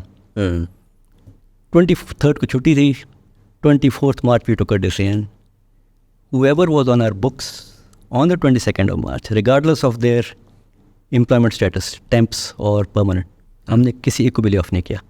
So for 6 months, even the temps जिनको हमने सिर्फ इसलिए रखा था to keep up with, and there was the number was in thousands, right? अच्छा. We took care of everyone. Everyone got their salaries on time in their account, despite the fact that 6 महीने हमारी कोई production नहीं हुई. Zero production, zero sale, because markets भी बंद थी. हमारी supply chain came to a grinding halt. Supply नहीं कर पा रहे थे. But we thought, yeah, people are very important. So the way we look at it, not only at Dawlance, even at Arçelik and at Koch Holding, मैं अगर उधर से शुरू करूँ, I think very, very caring company. I'm not saying it because I've worked with this company, but I can tell you, the way we take care of our people in tough times, very few other companies would be able to do that. इसी वजह से अगर इस साल की हम बात करें, जो सैलरी सर्वेज और उस तरह का डेटा मेरे पास आ रहा था, that was talking about a 12% increase, right? We've gone and done an average of 37. So that at least हम उसको net zero ना होने दें. We may not have been able to take it above inflation, but at least we've kept pace. Right. Did it in two parts. पहला हमने jump किया था in January. Second jump we've given them in 1st of July. So everyone has gone up. Right. And on average, है तो कुछ का बहुत ज़्यादा इससे, depending on. So जो पहला जनवरी वाला था उसमें तो obviously performance element भी था, but जो हमने जुलाई में adjustment दिया है, that was across the board. And separately you are planning on to ensure कि जो minimum wage है आपकी वो livable के उस पे. Yeah, eventually हमने जाना उस पे. That I'm very clear on that one. अभी there are certain things that we need to do before we get there. But we certainly have a roadmap. We have to get there. Makes sense. There's no doubt. In terms of the second most important question when you talk about Pakistan's economy in today's day and age is, I speak to a lot of companies. Dawlance का मैंने start में भी ये बात बोली कि one of the great things is it's an engineering success story जो कि पाकिस्तान में आजकल आप किसी engineer बेचारा बच्चा graduate करता है वो सर मारता है कि यार मैं क्या ही करूँ इस मुल्क के अंदर, engineering is dead. But Dawlance has proved that even as long as you're an engineer, it is possible, albeit in a hard environment. But generally, when I talk to any company in Pakistan, because our economy is such that it's primarily driven around consumption, right? So it's basically saying, listen, I'll produce, whether I'll produce. Discussion हमारी ये हो रही है कि हम locally produce करें या हम बाहर से import करके assemble करें. But the fact is कि net के ऊपर पूरा Pakistan is not sending enough product abroad than the amount that it's bringing in. Right. And आप जितना भी कर लें, आप जितना भी उसको ब्रेक डाउन कर लेंगे, आप हैवी मशीनरी भी डाल देंगे, अगर आप पेट्रोलियम नहीं बनाते, अगर आप ऑयल नहीं निकालते वेल से, तो प्लास्टिक बाहर से ही आएगी. some component of it will come from abroad, right?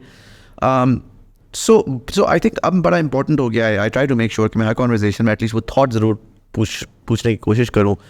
देखिए, पहले शायद मैं करता ना तो उस पर भी बात की जा सकती थी कि शायद आप बहुत सारी और बड़ी कंपनी से compete नहीं कर सकते जो कि ग्लोबली एग्जिस्ट करती हैं in a Pakistani market that's, let's say, exporting to Middle East, but Africa is opening up and there is an opportunity there. But उस पर फिर भी थोड़ा सा फार क्राई थी बिकॉज एक पाकिस्तानी कंपनी है, उसको अभी पहले पाकिस्तान में ग्रो करना है और फिर आगे जाना है.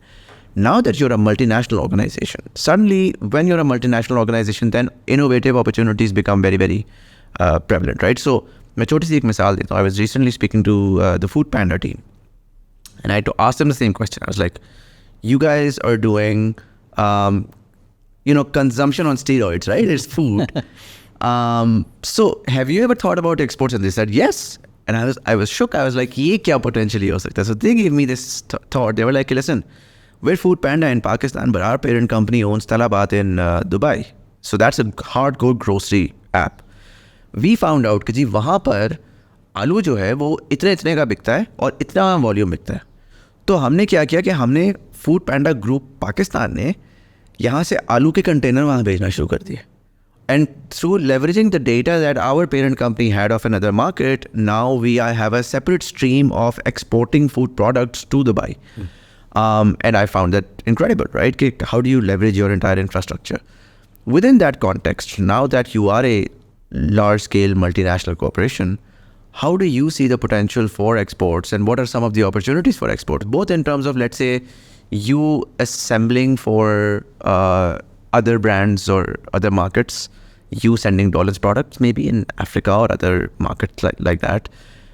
या तीसरा आपने ऑलरेडी बता दिया कि एटलीस्ट सर्विसेज में तो आपने ऑलरेडी एक्सपोर्ट स्टार्ट कर दिया. या प्रोडक्ट्स की एक्सपोर्ट भी करें. Let me start with that. अच्छा. तो we are already exporting products from Pakistan. तो इस वक्त हमारा प्रोडक्ट अफ़गानिस्तान भी जा रहा है एक्सपोर्ट, यमन में जा रहा है, इराक में जा रहा है. हमने टर्की भी एक्सपोर्ट किए यहाँ से वाटर डिस्पेंसर्स. राइट. हमने बांग्लादेश भी एक्सपोर्ट्स किए हैं. तो numbers are small but we are exporting. Arcelik की जब आर्चेलिक ने एक्विजिशन की थी डॉलेंस की, our stated policy was and we still hold to it. And हम जब भी गवर्नमेंट से मिलते हैं अभी भी यही बात करते हैं. Our stated policy is we want to make Pakistan one of our export hubs, right. The beauty is, जैसे मैंने बताया कि आर्चेलिक के ग्लोबल इकोसिस्टम में सिर्फ 8 मुल्क हैं जहाँ मैन्युफैक्चरिंग हो रही है. And like I said, we sell in 150 countries, right. Now, sitting in Pakistan, we have access to all of them. We just need to find the right product and the right trade agreements to be able to get into those supply chains. We can get into them. Unfortunately, अगर हम पाकिस्तान की economic history को थोड़ा सा map करें तो up until the 50s and 60s, बहुत industry लगी, बहुत काम, वो heavy industries लगनी शुरू हो गई थी. And without getting into the details of it, then everything came to a grinding halt. And because वो हैवी इंडस्ट्री के अंदर इन्वेस्टमेंट नहीं हुई, हम फंसते कहाँ पे जाके, हम फंसते इतना कि I can tell you today that आज for a lot of ways I am comparative with my global players और एट आर फैक्ट्री गेट. हम फंसते 2 चीज़ों में आके, बिकॉज हमारा लोकल रॉ मटेरियल ही बन रहा होता तो एट टाइम मेरी बाइंग प्राइस उनसे ज़्यादा हो जाती है. तो उसके अंदर और एलिमेंट्स भी आ जाते हैं. गवर्नमेंट ड्यूटी तो मुझे वापस कर देगी बट जो उसके सप्लाई चेन के इशूज़ हैं वो तो मुझे वापस नहीं मिलेगा. That makes me incomparative. आज हमारी एनर्जी कॉस्ट थोड़ी ऊपर चली गई है. That's a problem. The tax rates have gone up. That's a problem. There are a problem which can be solved. I am not saying कि उसकी वजह से नहीं हो रहा, but there are all solvable problems. हमें जो एज अ कंट्री देखना है वो ये है कि किसी तरह हैवी इंडस्ट्रीज आने लगनी बहुत ज़रूरी हैं, वो इन्वेस्टमेंट्स आनी ज़रूरी हैं. We should not be exporting any of our raw materials from Pakistan. We need to be converting them into something, adding value to it which will be consumed locally and there is always a market for them outside, right. वो जब होगा तो हमारी export ज़्यादा comparative हो जाएंगे. दूसरी चीज़ जहाँ पे आके हम फंस रहे हैं वो है हमारे ना हम किसी अच्छे हमारे ट्रेड एग्रीमेंट्स पे नहीं हैं और किसी भी हम रीजनल ट्रेड की जो वो हैं सारी बॉडीज़, चाहे वो जिस तरह आसियान की अपनी बनी हुई है, बहुत सारी बनी है, हम किसी के भी इफ़ेक्टिव मेंबर नहीं हैं, राइट. उससे नुकसान ये हो रहा है कि अगर हम टर्की की सक्सेस स्टोरी को देखें तो टर्की की एक्सपोर्ट से हमारी even let's forget the overall export, just look at Arcelik. Arcelik has a mass huge export out of Turkey into Europe. और वो क्यों हो पा रहा है? Because Turkey has negotiated very good trading terms with Europe.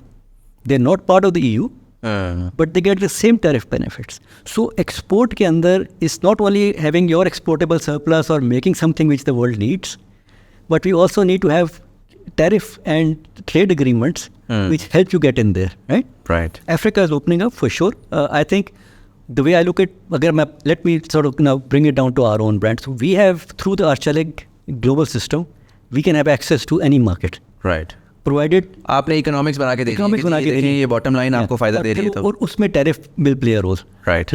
Number 2 जो आपने बात की कि maybe dollars as a brand जाएगा, चांसेस जाएगा कि डॉलर्स एज अ ब्रांड नहीं जाएगा, बिकॉज हमने पूरी दुनिया को डिवाइड कर दिया किस मार्केट में किस नाम से. एज लॉन्ग है तो जा रहे हैं, मुझे फर्क नहीं पड़ता. वो वाइट लेबल होकर चला जाए, चाहे वो बेको के नाम से बिके, चाहे ग्रंडे के नाम से जाए, चाहे किसी भी नाम से, पाकिस्तान तो लगा मेड इन पाकिस्तान हो जाएगा ना. That's more important for me, right.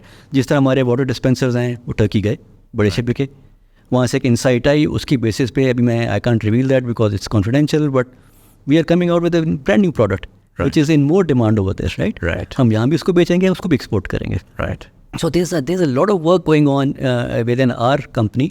We are want to introduce air conditioners. हमने ग्लोबल जो एयर कंडीशनर की डिमांड है उसका 80% जो है वो 5 कंपनियां फुलफिल कर लेती हैं और 5 चाइनीज़ हैं. How do compete with them? But we didn't shy away from that. 2019 we took a decision कि नहीं, हमने अपना एसी बनाना है, हम क्यों चाइना पर डिपेंड करें, right. took us a year and a half. We formed a team जिसमें हमने पाकिस्तान में इंजीनियरिंग टीम हायर की, हमने चाइना में कुछ इंजीनियर्स रखे, हमने टर्की में इंजीनियर्स रखे, हमने अपने एसी बना लिया. तो today I take a lot of pride in that product because it's a made in Pakistan product, designed in Pakistan product, made for Pakistan product. Inshallah, and it's doing phenomenally well. उसकी हर तरह की जो performance है is much better than any other product because it's been designed for us, right? Now I feel कि once we build scale on that product and we can make it, उसमें हम export में सिर्फ फंसते इस चक्कर में कि रॉ मटेरियल महंगा आ रहा है उसका. बट आर्चेलिक क्योंकि ग्लोबली भी बहुत एसीज खरीद रहा है. I think in the next few years, I see a lot of air conditioners being exported from Dawlance into the Arçelik network. We just need to make the economics work. And that's what we're working on right now, to make that economics. And I'm not going to the government asking for subsidies. I'm just trying to see what do I need to do first of all. How can I first bring it to a point where it's competitive. वो ready for launch पे तो लेकर आए ना, फिर जाके government कहेंगे कि launch ready करें. मुझे ये बताएं कि in terms of talent, one of the major, क्योंकि now it seems like जो evolution of our economic policy है, it seems like we're now at a point where by and large markets will respond to export competitiveness, right? IMF ने भी कहा है कि dollar को आप फ्री फ्लोट करें वगैरह वगैरह. एंड सो उस पर जो आपको एक मेजर नज़र आता है, ठीक है, आपका एक चीज़ में लॉन्ग टर्म नज़र आ रही है, आपने कहा जी हैवी इंडस्ट्रीज़ में इन्वेस्ट करें, वो होगा तो हम एक फर्दर प्राइस पॉइंट पे चले जाएंगे. उसमें लोग एनर्जी रिफॉर्म्स की बात करते हैं, again it's a long term play. जो शॉर्ट टर्म पे नज़र आता है वो आपको ह्यूमन कैपिटल आर्बिट्राज नज़र आता है, राइट? मुझे एक तो ये बताएं कि how important that is in terms of pricing, like how much of a component is that, कि where does that help us in the global markets, अगर जो human capital arbitrage है in the entire product, right, percentage wise? नहीं, बहुत ज़्यादा नहीं करता, because उसका element बहुत छोटा है हमारी cost के अंदर, right. वो उतना नहीं करता, but I think but talent in a lot of other ways is helping us, right, because we have amazing talent in Pakistan. But then that was my following question. देखिए, I hear this a lot, we have amazing talent in Pakistan. I just feel like we have the potential for amazing talent in Pakistan. We don't have amazing talent, and that's not a problem with the talent. That is more of a opportunity. हाँ, कि वो मसला ये है कि हमारे talent को बताया नहीं गया, सिखाया नहीं गया. सो जब हम कहते हैं कि जी हमारे पास बहुत ज़्यादा टैलेंट है, हमारे पास ह्यूमन कैपिटल है, उसको टैलेंट में कन्वर्ट करने के लिए आपको बहुत सारी चीज़ें चाहिए होती हैं. इफ़ आई लेट्स से आज मैं एक लाइन लगा रहा हूँ पाकिस्तान में और मैं एक लाइन लगाता हूँ चाइना में, चाइना का मुझे शायद डबल रिसोर्स पड़े, बट उसकी प्रोडक्टिविटी 4x होगी, बिकॉज उसने वो सीखा हुआ है कि मैंने किस तरह का. That's talent effectively. So in Pakistan, how has your experience been in terms of कि क्योंकि ये होता हुआ नज़र आ रहा है कि eventually आपका टैलेंट सस्ता है, तो आपको पोटेंशली यहाँ पर इंडस्ट्रीज ग्रो होती हुई नज़र आएंगी, बट उसके लिए आपको रिक्वायरमेंट है कि टैलेंट हो और टैलेंट काम पे आए और टैलेंट जो है उसकी वर्क एथिक हो और टैलेंट के अंदर वो चीज़ें हो. How has your experience been? Interesting question Muzammil. Unfortunately एक जो चैलेंज आता है ना, वो आता है कि डेटा की अवेलेबिलिटी पाकिस्तान में बहुत कम है. सो बेंचमार्क डेटा नहीं मिलता. And that's where multinationals play a very amazing role, because companies, multinationals operating here have access to their own global benchmarks. तो at least वो तो अपने आप को उस लेवल पे ले आती हैं. So one of the advantages that we got out of becoming part of Arçelik was we got access to their data, right? So then we started benchmarking ourselves, whether it was productivity, labor productivity or energy or whatever. So now we are totally benchmarked with them and constantly trying to make sure कि हम उनसे बेहतर हो. So the talent जो यहाँ पे उसकी productivity वही है जो global standard, global average. वो एक अलग बात है कि वहाँ पे क्योंकि viable हो जाती है automation because of the labor cost. हाँ मतलब वो तो process अगर सेम हो ना, वो तो process ही फर्क है, उसमें तो automation आएगी. उसमें नहीं count कर रहा. तो like for like we are now competitive. No challenge over there. The challenge is कि बाकी जो हमारी local industry है वो ना डेटा शेयर करते हैं और उनको होता है यार ये सस्ता बंदा मिल रहा है एक ही जगह दो लगा लो. What they don't realize is कि उसका नुकसान क्या हो रहा है. And that's where the problem starts, right? Like वो training and development नहीं है ना उस resource में. कर रही है ना, उसमें invest ही नहीं कर रहे. And that is what corporates need to do. I think companies should stop relying कि जब वो कर देगा तो I think मैं तो हर एक कोई कहता है आप किसी भी उंगली उठाते हो तीन तो आपकी तरफ है ना. So one should always look at what can I do. So we should always look inwards to try and see what can I do. So we do a lot and I wish everyone does it and I'm sure a lot of companies do. I'm not saying कि बाकी नहीं कर रहे. एक is training and development. You're absolutely right. I think there is a lot of investment that needs to be made in training and developing the resources, making sure they are at par with the global standards, and then delivering according to whatever they're expected of them. Because number बढ़ा देने से कभी बात बनती नहीं है. Long term में वो नुकसान ही पहुंचाएगा आपको. Whether you understand it or not, please don't realize that time, but it will always cause the problem. And जो vocational वाला element है ना training का वो बहुत important है. I feel like a lot of times वो miss हो जाता है. हम बार बात करते हैं higher education की. Higher education का component है, undoubtedly है. But आपकी एक बहुत बड़ी population है जो कि unfortunately out of school रही है, ये रही है, वो रही है, उनको कहीं ना कहीं हमें productive करना है. बहुत ज़रूरी है. As we go towards industrialized. उसमें देखिए ना vocation, अब आप जर्मनी में देखें, there's a lot of vocational training. UK में जाएं, पॉलिटेक्निक्स भरे हुए हैं. They're not giving degrees. Yeah. यहाँ पे somehow vocational training को हमने relegate करके इतना नीचे ले गए हैं कि उसमें जाता कोई नहीं. And आज अगर आपकी इंडस्ट्री को अच्छा vocational training institute से निकला हुआ मैन पावर मिल जाए तो आपका स्टार्टिंग पॉइंट ही बहुत ऊपर आ जाता है ना. Then they build on that, right. अभी तो बहुत नीचे से ऊपर आना पड़ता है. हमारे पास जो आते हैं यंग टैलेंट, जो वर्क फोर्स जो आती है हमारी मैट्रिक में, तो we don't hire anyone without a matriculate, right. तो वो जब आते हैं तो वो तो रॉ होते हैं, उनको तो कुछ भी नहीं आता. ये जो आते हैं तो जनरली कहाँ से आते हैं, मतलब आते पॉलिटेक्निकल इंस्टीट्यूट टाइप बहुत कम हैं, बट कुछ आते हैं जो हमें वहाँ से मिल जाए. We work with some of them. क्योंकि मुझे I feel like there is still the same problem that universities have, the gap between the industry and the I spoke to Javed Saab, he was previously chairman for the National Vocational Training Institute. Or he's a great economist, but obviously he has no experience in the industry, right? So whatever talent he's going to create is just going to be in its own sort of isolated. वो बंदा आई जा रहा है, बंदा दिल्ली जा रहा है, वो बंदा जब फैक्ट्री में जाता है तो फैक्ट्री वाला कहता है कि आई डोंट नो, ये तो काम ही नहीं है मेरा, right? So somehow it has to either be driven by the industry. The industry has their own set of collaborated institutes which are teaching them exactly what the industry requires. Or there is, even if they don't own it, there is some sort of a collaboration where the funnel exists कि भाई हम उठाएंगे ही सिर्फ यहाँ से, open market से हम नहीं उठा रहे, और हमारा टैलेंट यहाँ पर आगे सिखाएगा और वो पार्टिसिपेट करेगा. I totally agree with you. Because जिस तरह आपका इंडस्ट्री एकेडेमिया की हम कोलैबोरेशन की बात करते हैं, I always include vocational training in their. खाली हायर एजुकेशन यूनिवर्सिटी में अगर आप कर लोगे तो जो फैक्ट्री पे वर्कफोर्स आनी है वो कहाँ से आएगी. So I 100% agree with you. I think that is absolutely critical that we do that. Do you think there is conversations now happening within your sphere of influence? शुरू हो गई है, but I think there's still a long way to go. Right. I think it needs to pick up pace. और बहुत काम होना है इसके अंदर. Makes sense. Sir, thank you so much for coming in and sharing all that insight. I'm going to ask you one last question I generally ask all of my guests, and I would love your insight on that. You graduated from the UK, and we spoke earlier about you having to dabble between the thought of coming back and staying there, but you came back. You spent an extraordinary 30-year career in Pakistan in some of the top corporates, and particularly जो आपकी Dawlance वाली assignment, probably the most exciting one for anyone in Pakistan.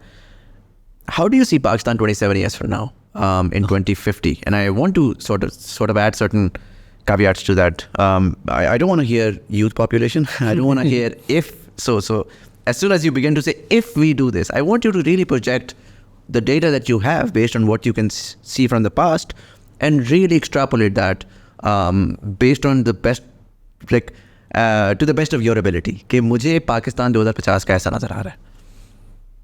Interesting question. Let's start with that. So my first thought on that is I need you to understand that I'm an eternal optimist. Right. So ये मैं caveat इसलिए डाल रहा हूँ so you'll understand why I answered the question the way I'm going to answer it. I'm an eternal optimist. So the 2050 Pakistan that I see is a thriving Pakistan. Right. Because that's what drove us to invest in Pakistan.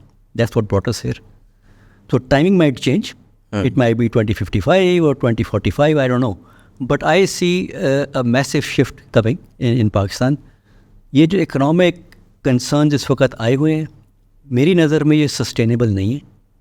So a solution will have to come out. Right. Exports will go up. वो either man-made हो जाए या nature आपकी ले आएगी. होगा. And therefore I'm glad you asked me 28-30 years ahead. मैं 5 साल आगे पूछते मैं शायद आपको जवाब ना दे पाता. Right. But 28 to 30 years from now, I see a thriving Pakistan. I see a very prosperous Pakistan.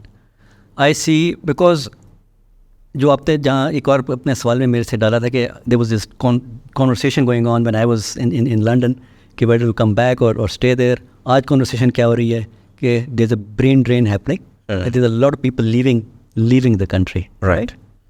But can 250 million people leave this country? Yeah. I mean, They can't. Yeah. They cannot. Lakh बंदा चला गया, 10 लाख चला गया, 20 lakh चला गया. 200 million cannot leave this country. 250 million cannot leave this country. And this population, the way it's increasing, numbers will go up to quite significant numbers in very fast. So for sustaining a population this size, something will happen. And I'm not saying if it will happen, it will happen. Right. Who will do it? I don't know. But it will happen. And therefore, I think वो चाहे वो fire लोगों के अंदर से आएगा नहीं कुछ करना है, चाहे कोई पॉलिटिकल फोर्सेस ऐसी आ जाएंगी which will make it happen. And अगर आप पाकिस्तान की हिस्ट्री को उठा के देखें, there have been those windows over the last 70-75 years where there has been progress, right? We just need a 10-15 year window. And that's all one needs. जिसमें आपका current account balance भी ठीक हो जाएगा, आपकी एक्सपोर्ट्स भी बढ़ जाएंगी, आपके रेमिटेंसेस भी ठीक हो जाएंगी, राइट? आपका जो भी आपने बात की टैलेंट की बात की, आप एक्सपोर्टेबल टैलेंट क्रिएट करोगे. यू सी हमारा जो सबसे बड़ा एडवांटेज है, कल ही मैं एक स्टेटिस्टिक पढ़ा था, I didn't realise 55% of Pakistanis are fluent in English, right? That's huge. आप टर्की में जाए ना, किसी को अंग्रेजी नहीं आती. आप एयरपोर्ट पे लैंड करते हैं, अंग्रेजी नहीं आती. आप यहाँ तो सारे टूरिस्ट हैं, यहाँ तो बोलो किसी को नहीं आती, right? Now imagine a population which can speak English. आपने सिर्फ वो चीज़ें ढूंढनी है. And I think that will happen. ये जो आपने भी बात की ना, ये होगा. Vocational training will pick up. We will create exportable surplus in people, in products. वो होगा. Not everything can be exported from Pakistan. We need to sort of get that out of our minds. Yeah. We need to find those niches और वो निकल आएंगी. I mean, which will create our competitive advantage. Yeah, I think not everything can be exported from Pakistan and not everything can be created in Pakistan. So काफ़ी चीज़ें ऐसी होंगी जो import होंगी because दुनिया में कुछ जगहों पर लोग हैं जो कि बहुत optimize कर रहे हैं. सब हम ही तो नहीं competitive. हाँ, आप दूसरी चीज़ को optimize करें और that's global trade. वही that's what. So my answer is that जिस तरह मैं 30 साल पहले optimistic था, and I left a job. I had a job offer in my hand. I left it and I came to Pakistan. Yeah. Right? And you have a lot to show for it. And I know to show for it, right? I have no regrets. Whatever I've done, alhamdulillah, I think I'm very happy. It's very satisfied. Whatever I've done actually matches with my personal purpose statement, which I have, and it's written down on a piece of paper from years ago. And whatever I've done, I'm very satisfied that I've been able to achieve my purpose in my life. Inshallah, for however long I live, I'll try and work towards that. But I also feel कि मैं जितना optimistic 30 साल पहले था, मैं अगले 30 साल के लिए भी उतना ऑप्टिमिस्टिक हूँ. वक्त लगेगा. देयर आर टाइम्स जब आप थोड़ा नेगेटिव माइंडसेट में चले जाते हो, आप सोचना शुरू हो जाते हो. That's natural when you see so much happening around you. But I think one should never forget the strength of positivity. The more positive people are, the more they will sort of spread that positivity, and that's what this country really needs. Yeah. That's all we need. Yeah. That's all we need. 100%. Sir, thank you so much for that incredible insight. इसमें मैं एक चीज़ add करना चाहूँगा, क्योंकि आपने बात की थी ब्रेन ड्रेन की. Recently in Dubai, I met an Indian fellow, and we were talking with a bunch of folks, and we were talking about Pakistan में हालात ख़राब है, people are leaving, and you know इस तरह उस तरह. तो he was like, यार मुझे समझ नहीं आ रही आप लोग इतना रो क्यों रहे हो ना. मैंने कहा यार आपको नहीं पता हमारे हालात बहुत ख़राब हैं. उसने कहा यार हमारे हालात भी 91 में ख़राब थे, और जब 91 आप लोगों के जो हालात ख़राब हैं बिल्कुल उसी तरीके से हमारे 91 में ख़राब थे, अगर आपने पढ़ा हो थोड़ा सा. मैंने कहा जी पढ़ा तो मैंने वाकई है. वो मनमोहन सिंह साहब आए थे और उन्होंने आके रिफॉर्म्स किए. उन्होंने कहा जी लोग कहते हैं कि मनमोहन सिंह साहब क्या कमाल के रिफॉर्म्स ले आए और उसने इंडिया को बदल दिया, बट इंडिया को बदला तो सही, बट वो जो 10 साल थे ना बदलते हुए इंडिया के, वो जाके आप देखें तो वो आपसे ज़्यादा बुरे थे. और उसमें एक्सोडस हुआ था पॉपुलेशन का, जिसको आप ब्रेन ड्रेन कहते हो, हम कहते हैं वो इंडियन था जो आज CEO बना बैठा है और आज इंडिया में बिजनेस लेकर आ रहा है. तो उसने कहा कि वही आपकी वाली बात कि 250 मिलियन बंदा है, आप 10 लाख निकाल लेंगे, आप 10 मिलियन निकाल लेंगे, इवेंचुअली बंदा दूसरा बैठा हुआ है जो कि उसको रिप्लेस करेगा. It's really about identifying solutions.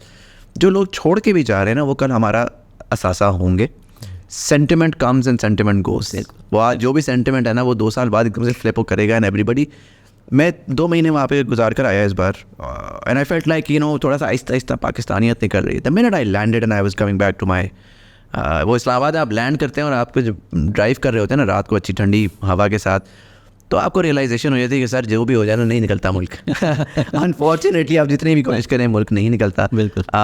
So I hope for better times and I am glad that I heard an optimistic take after a bit. Sir, thank you so much for coming in and sharing all that insight. Thank you for having me. It was a pleasure speaking to you. 100%. And for all of you guys, thank you so much for watching. अगर आपको ये episode पसंद आई हो अपने दोस्तों यार के साथ ज़रूर शेयर करिएगा.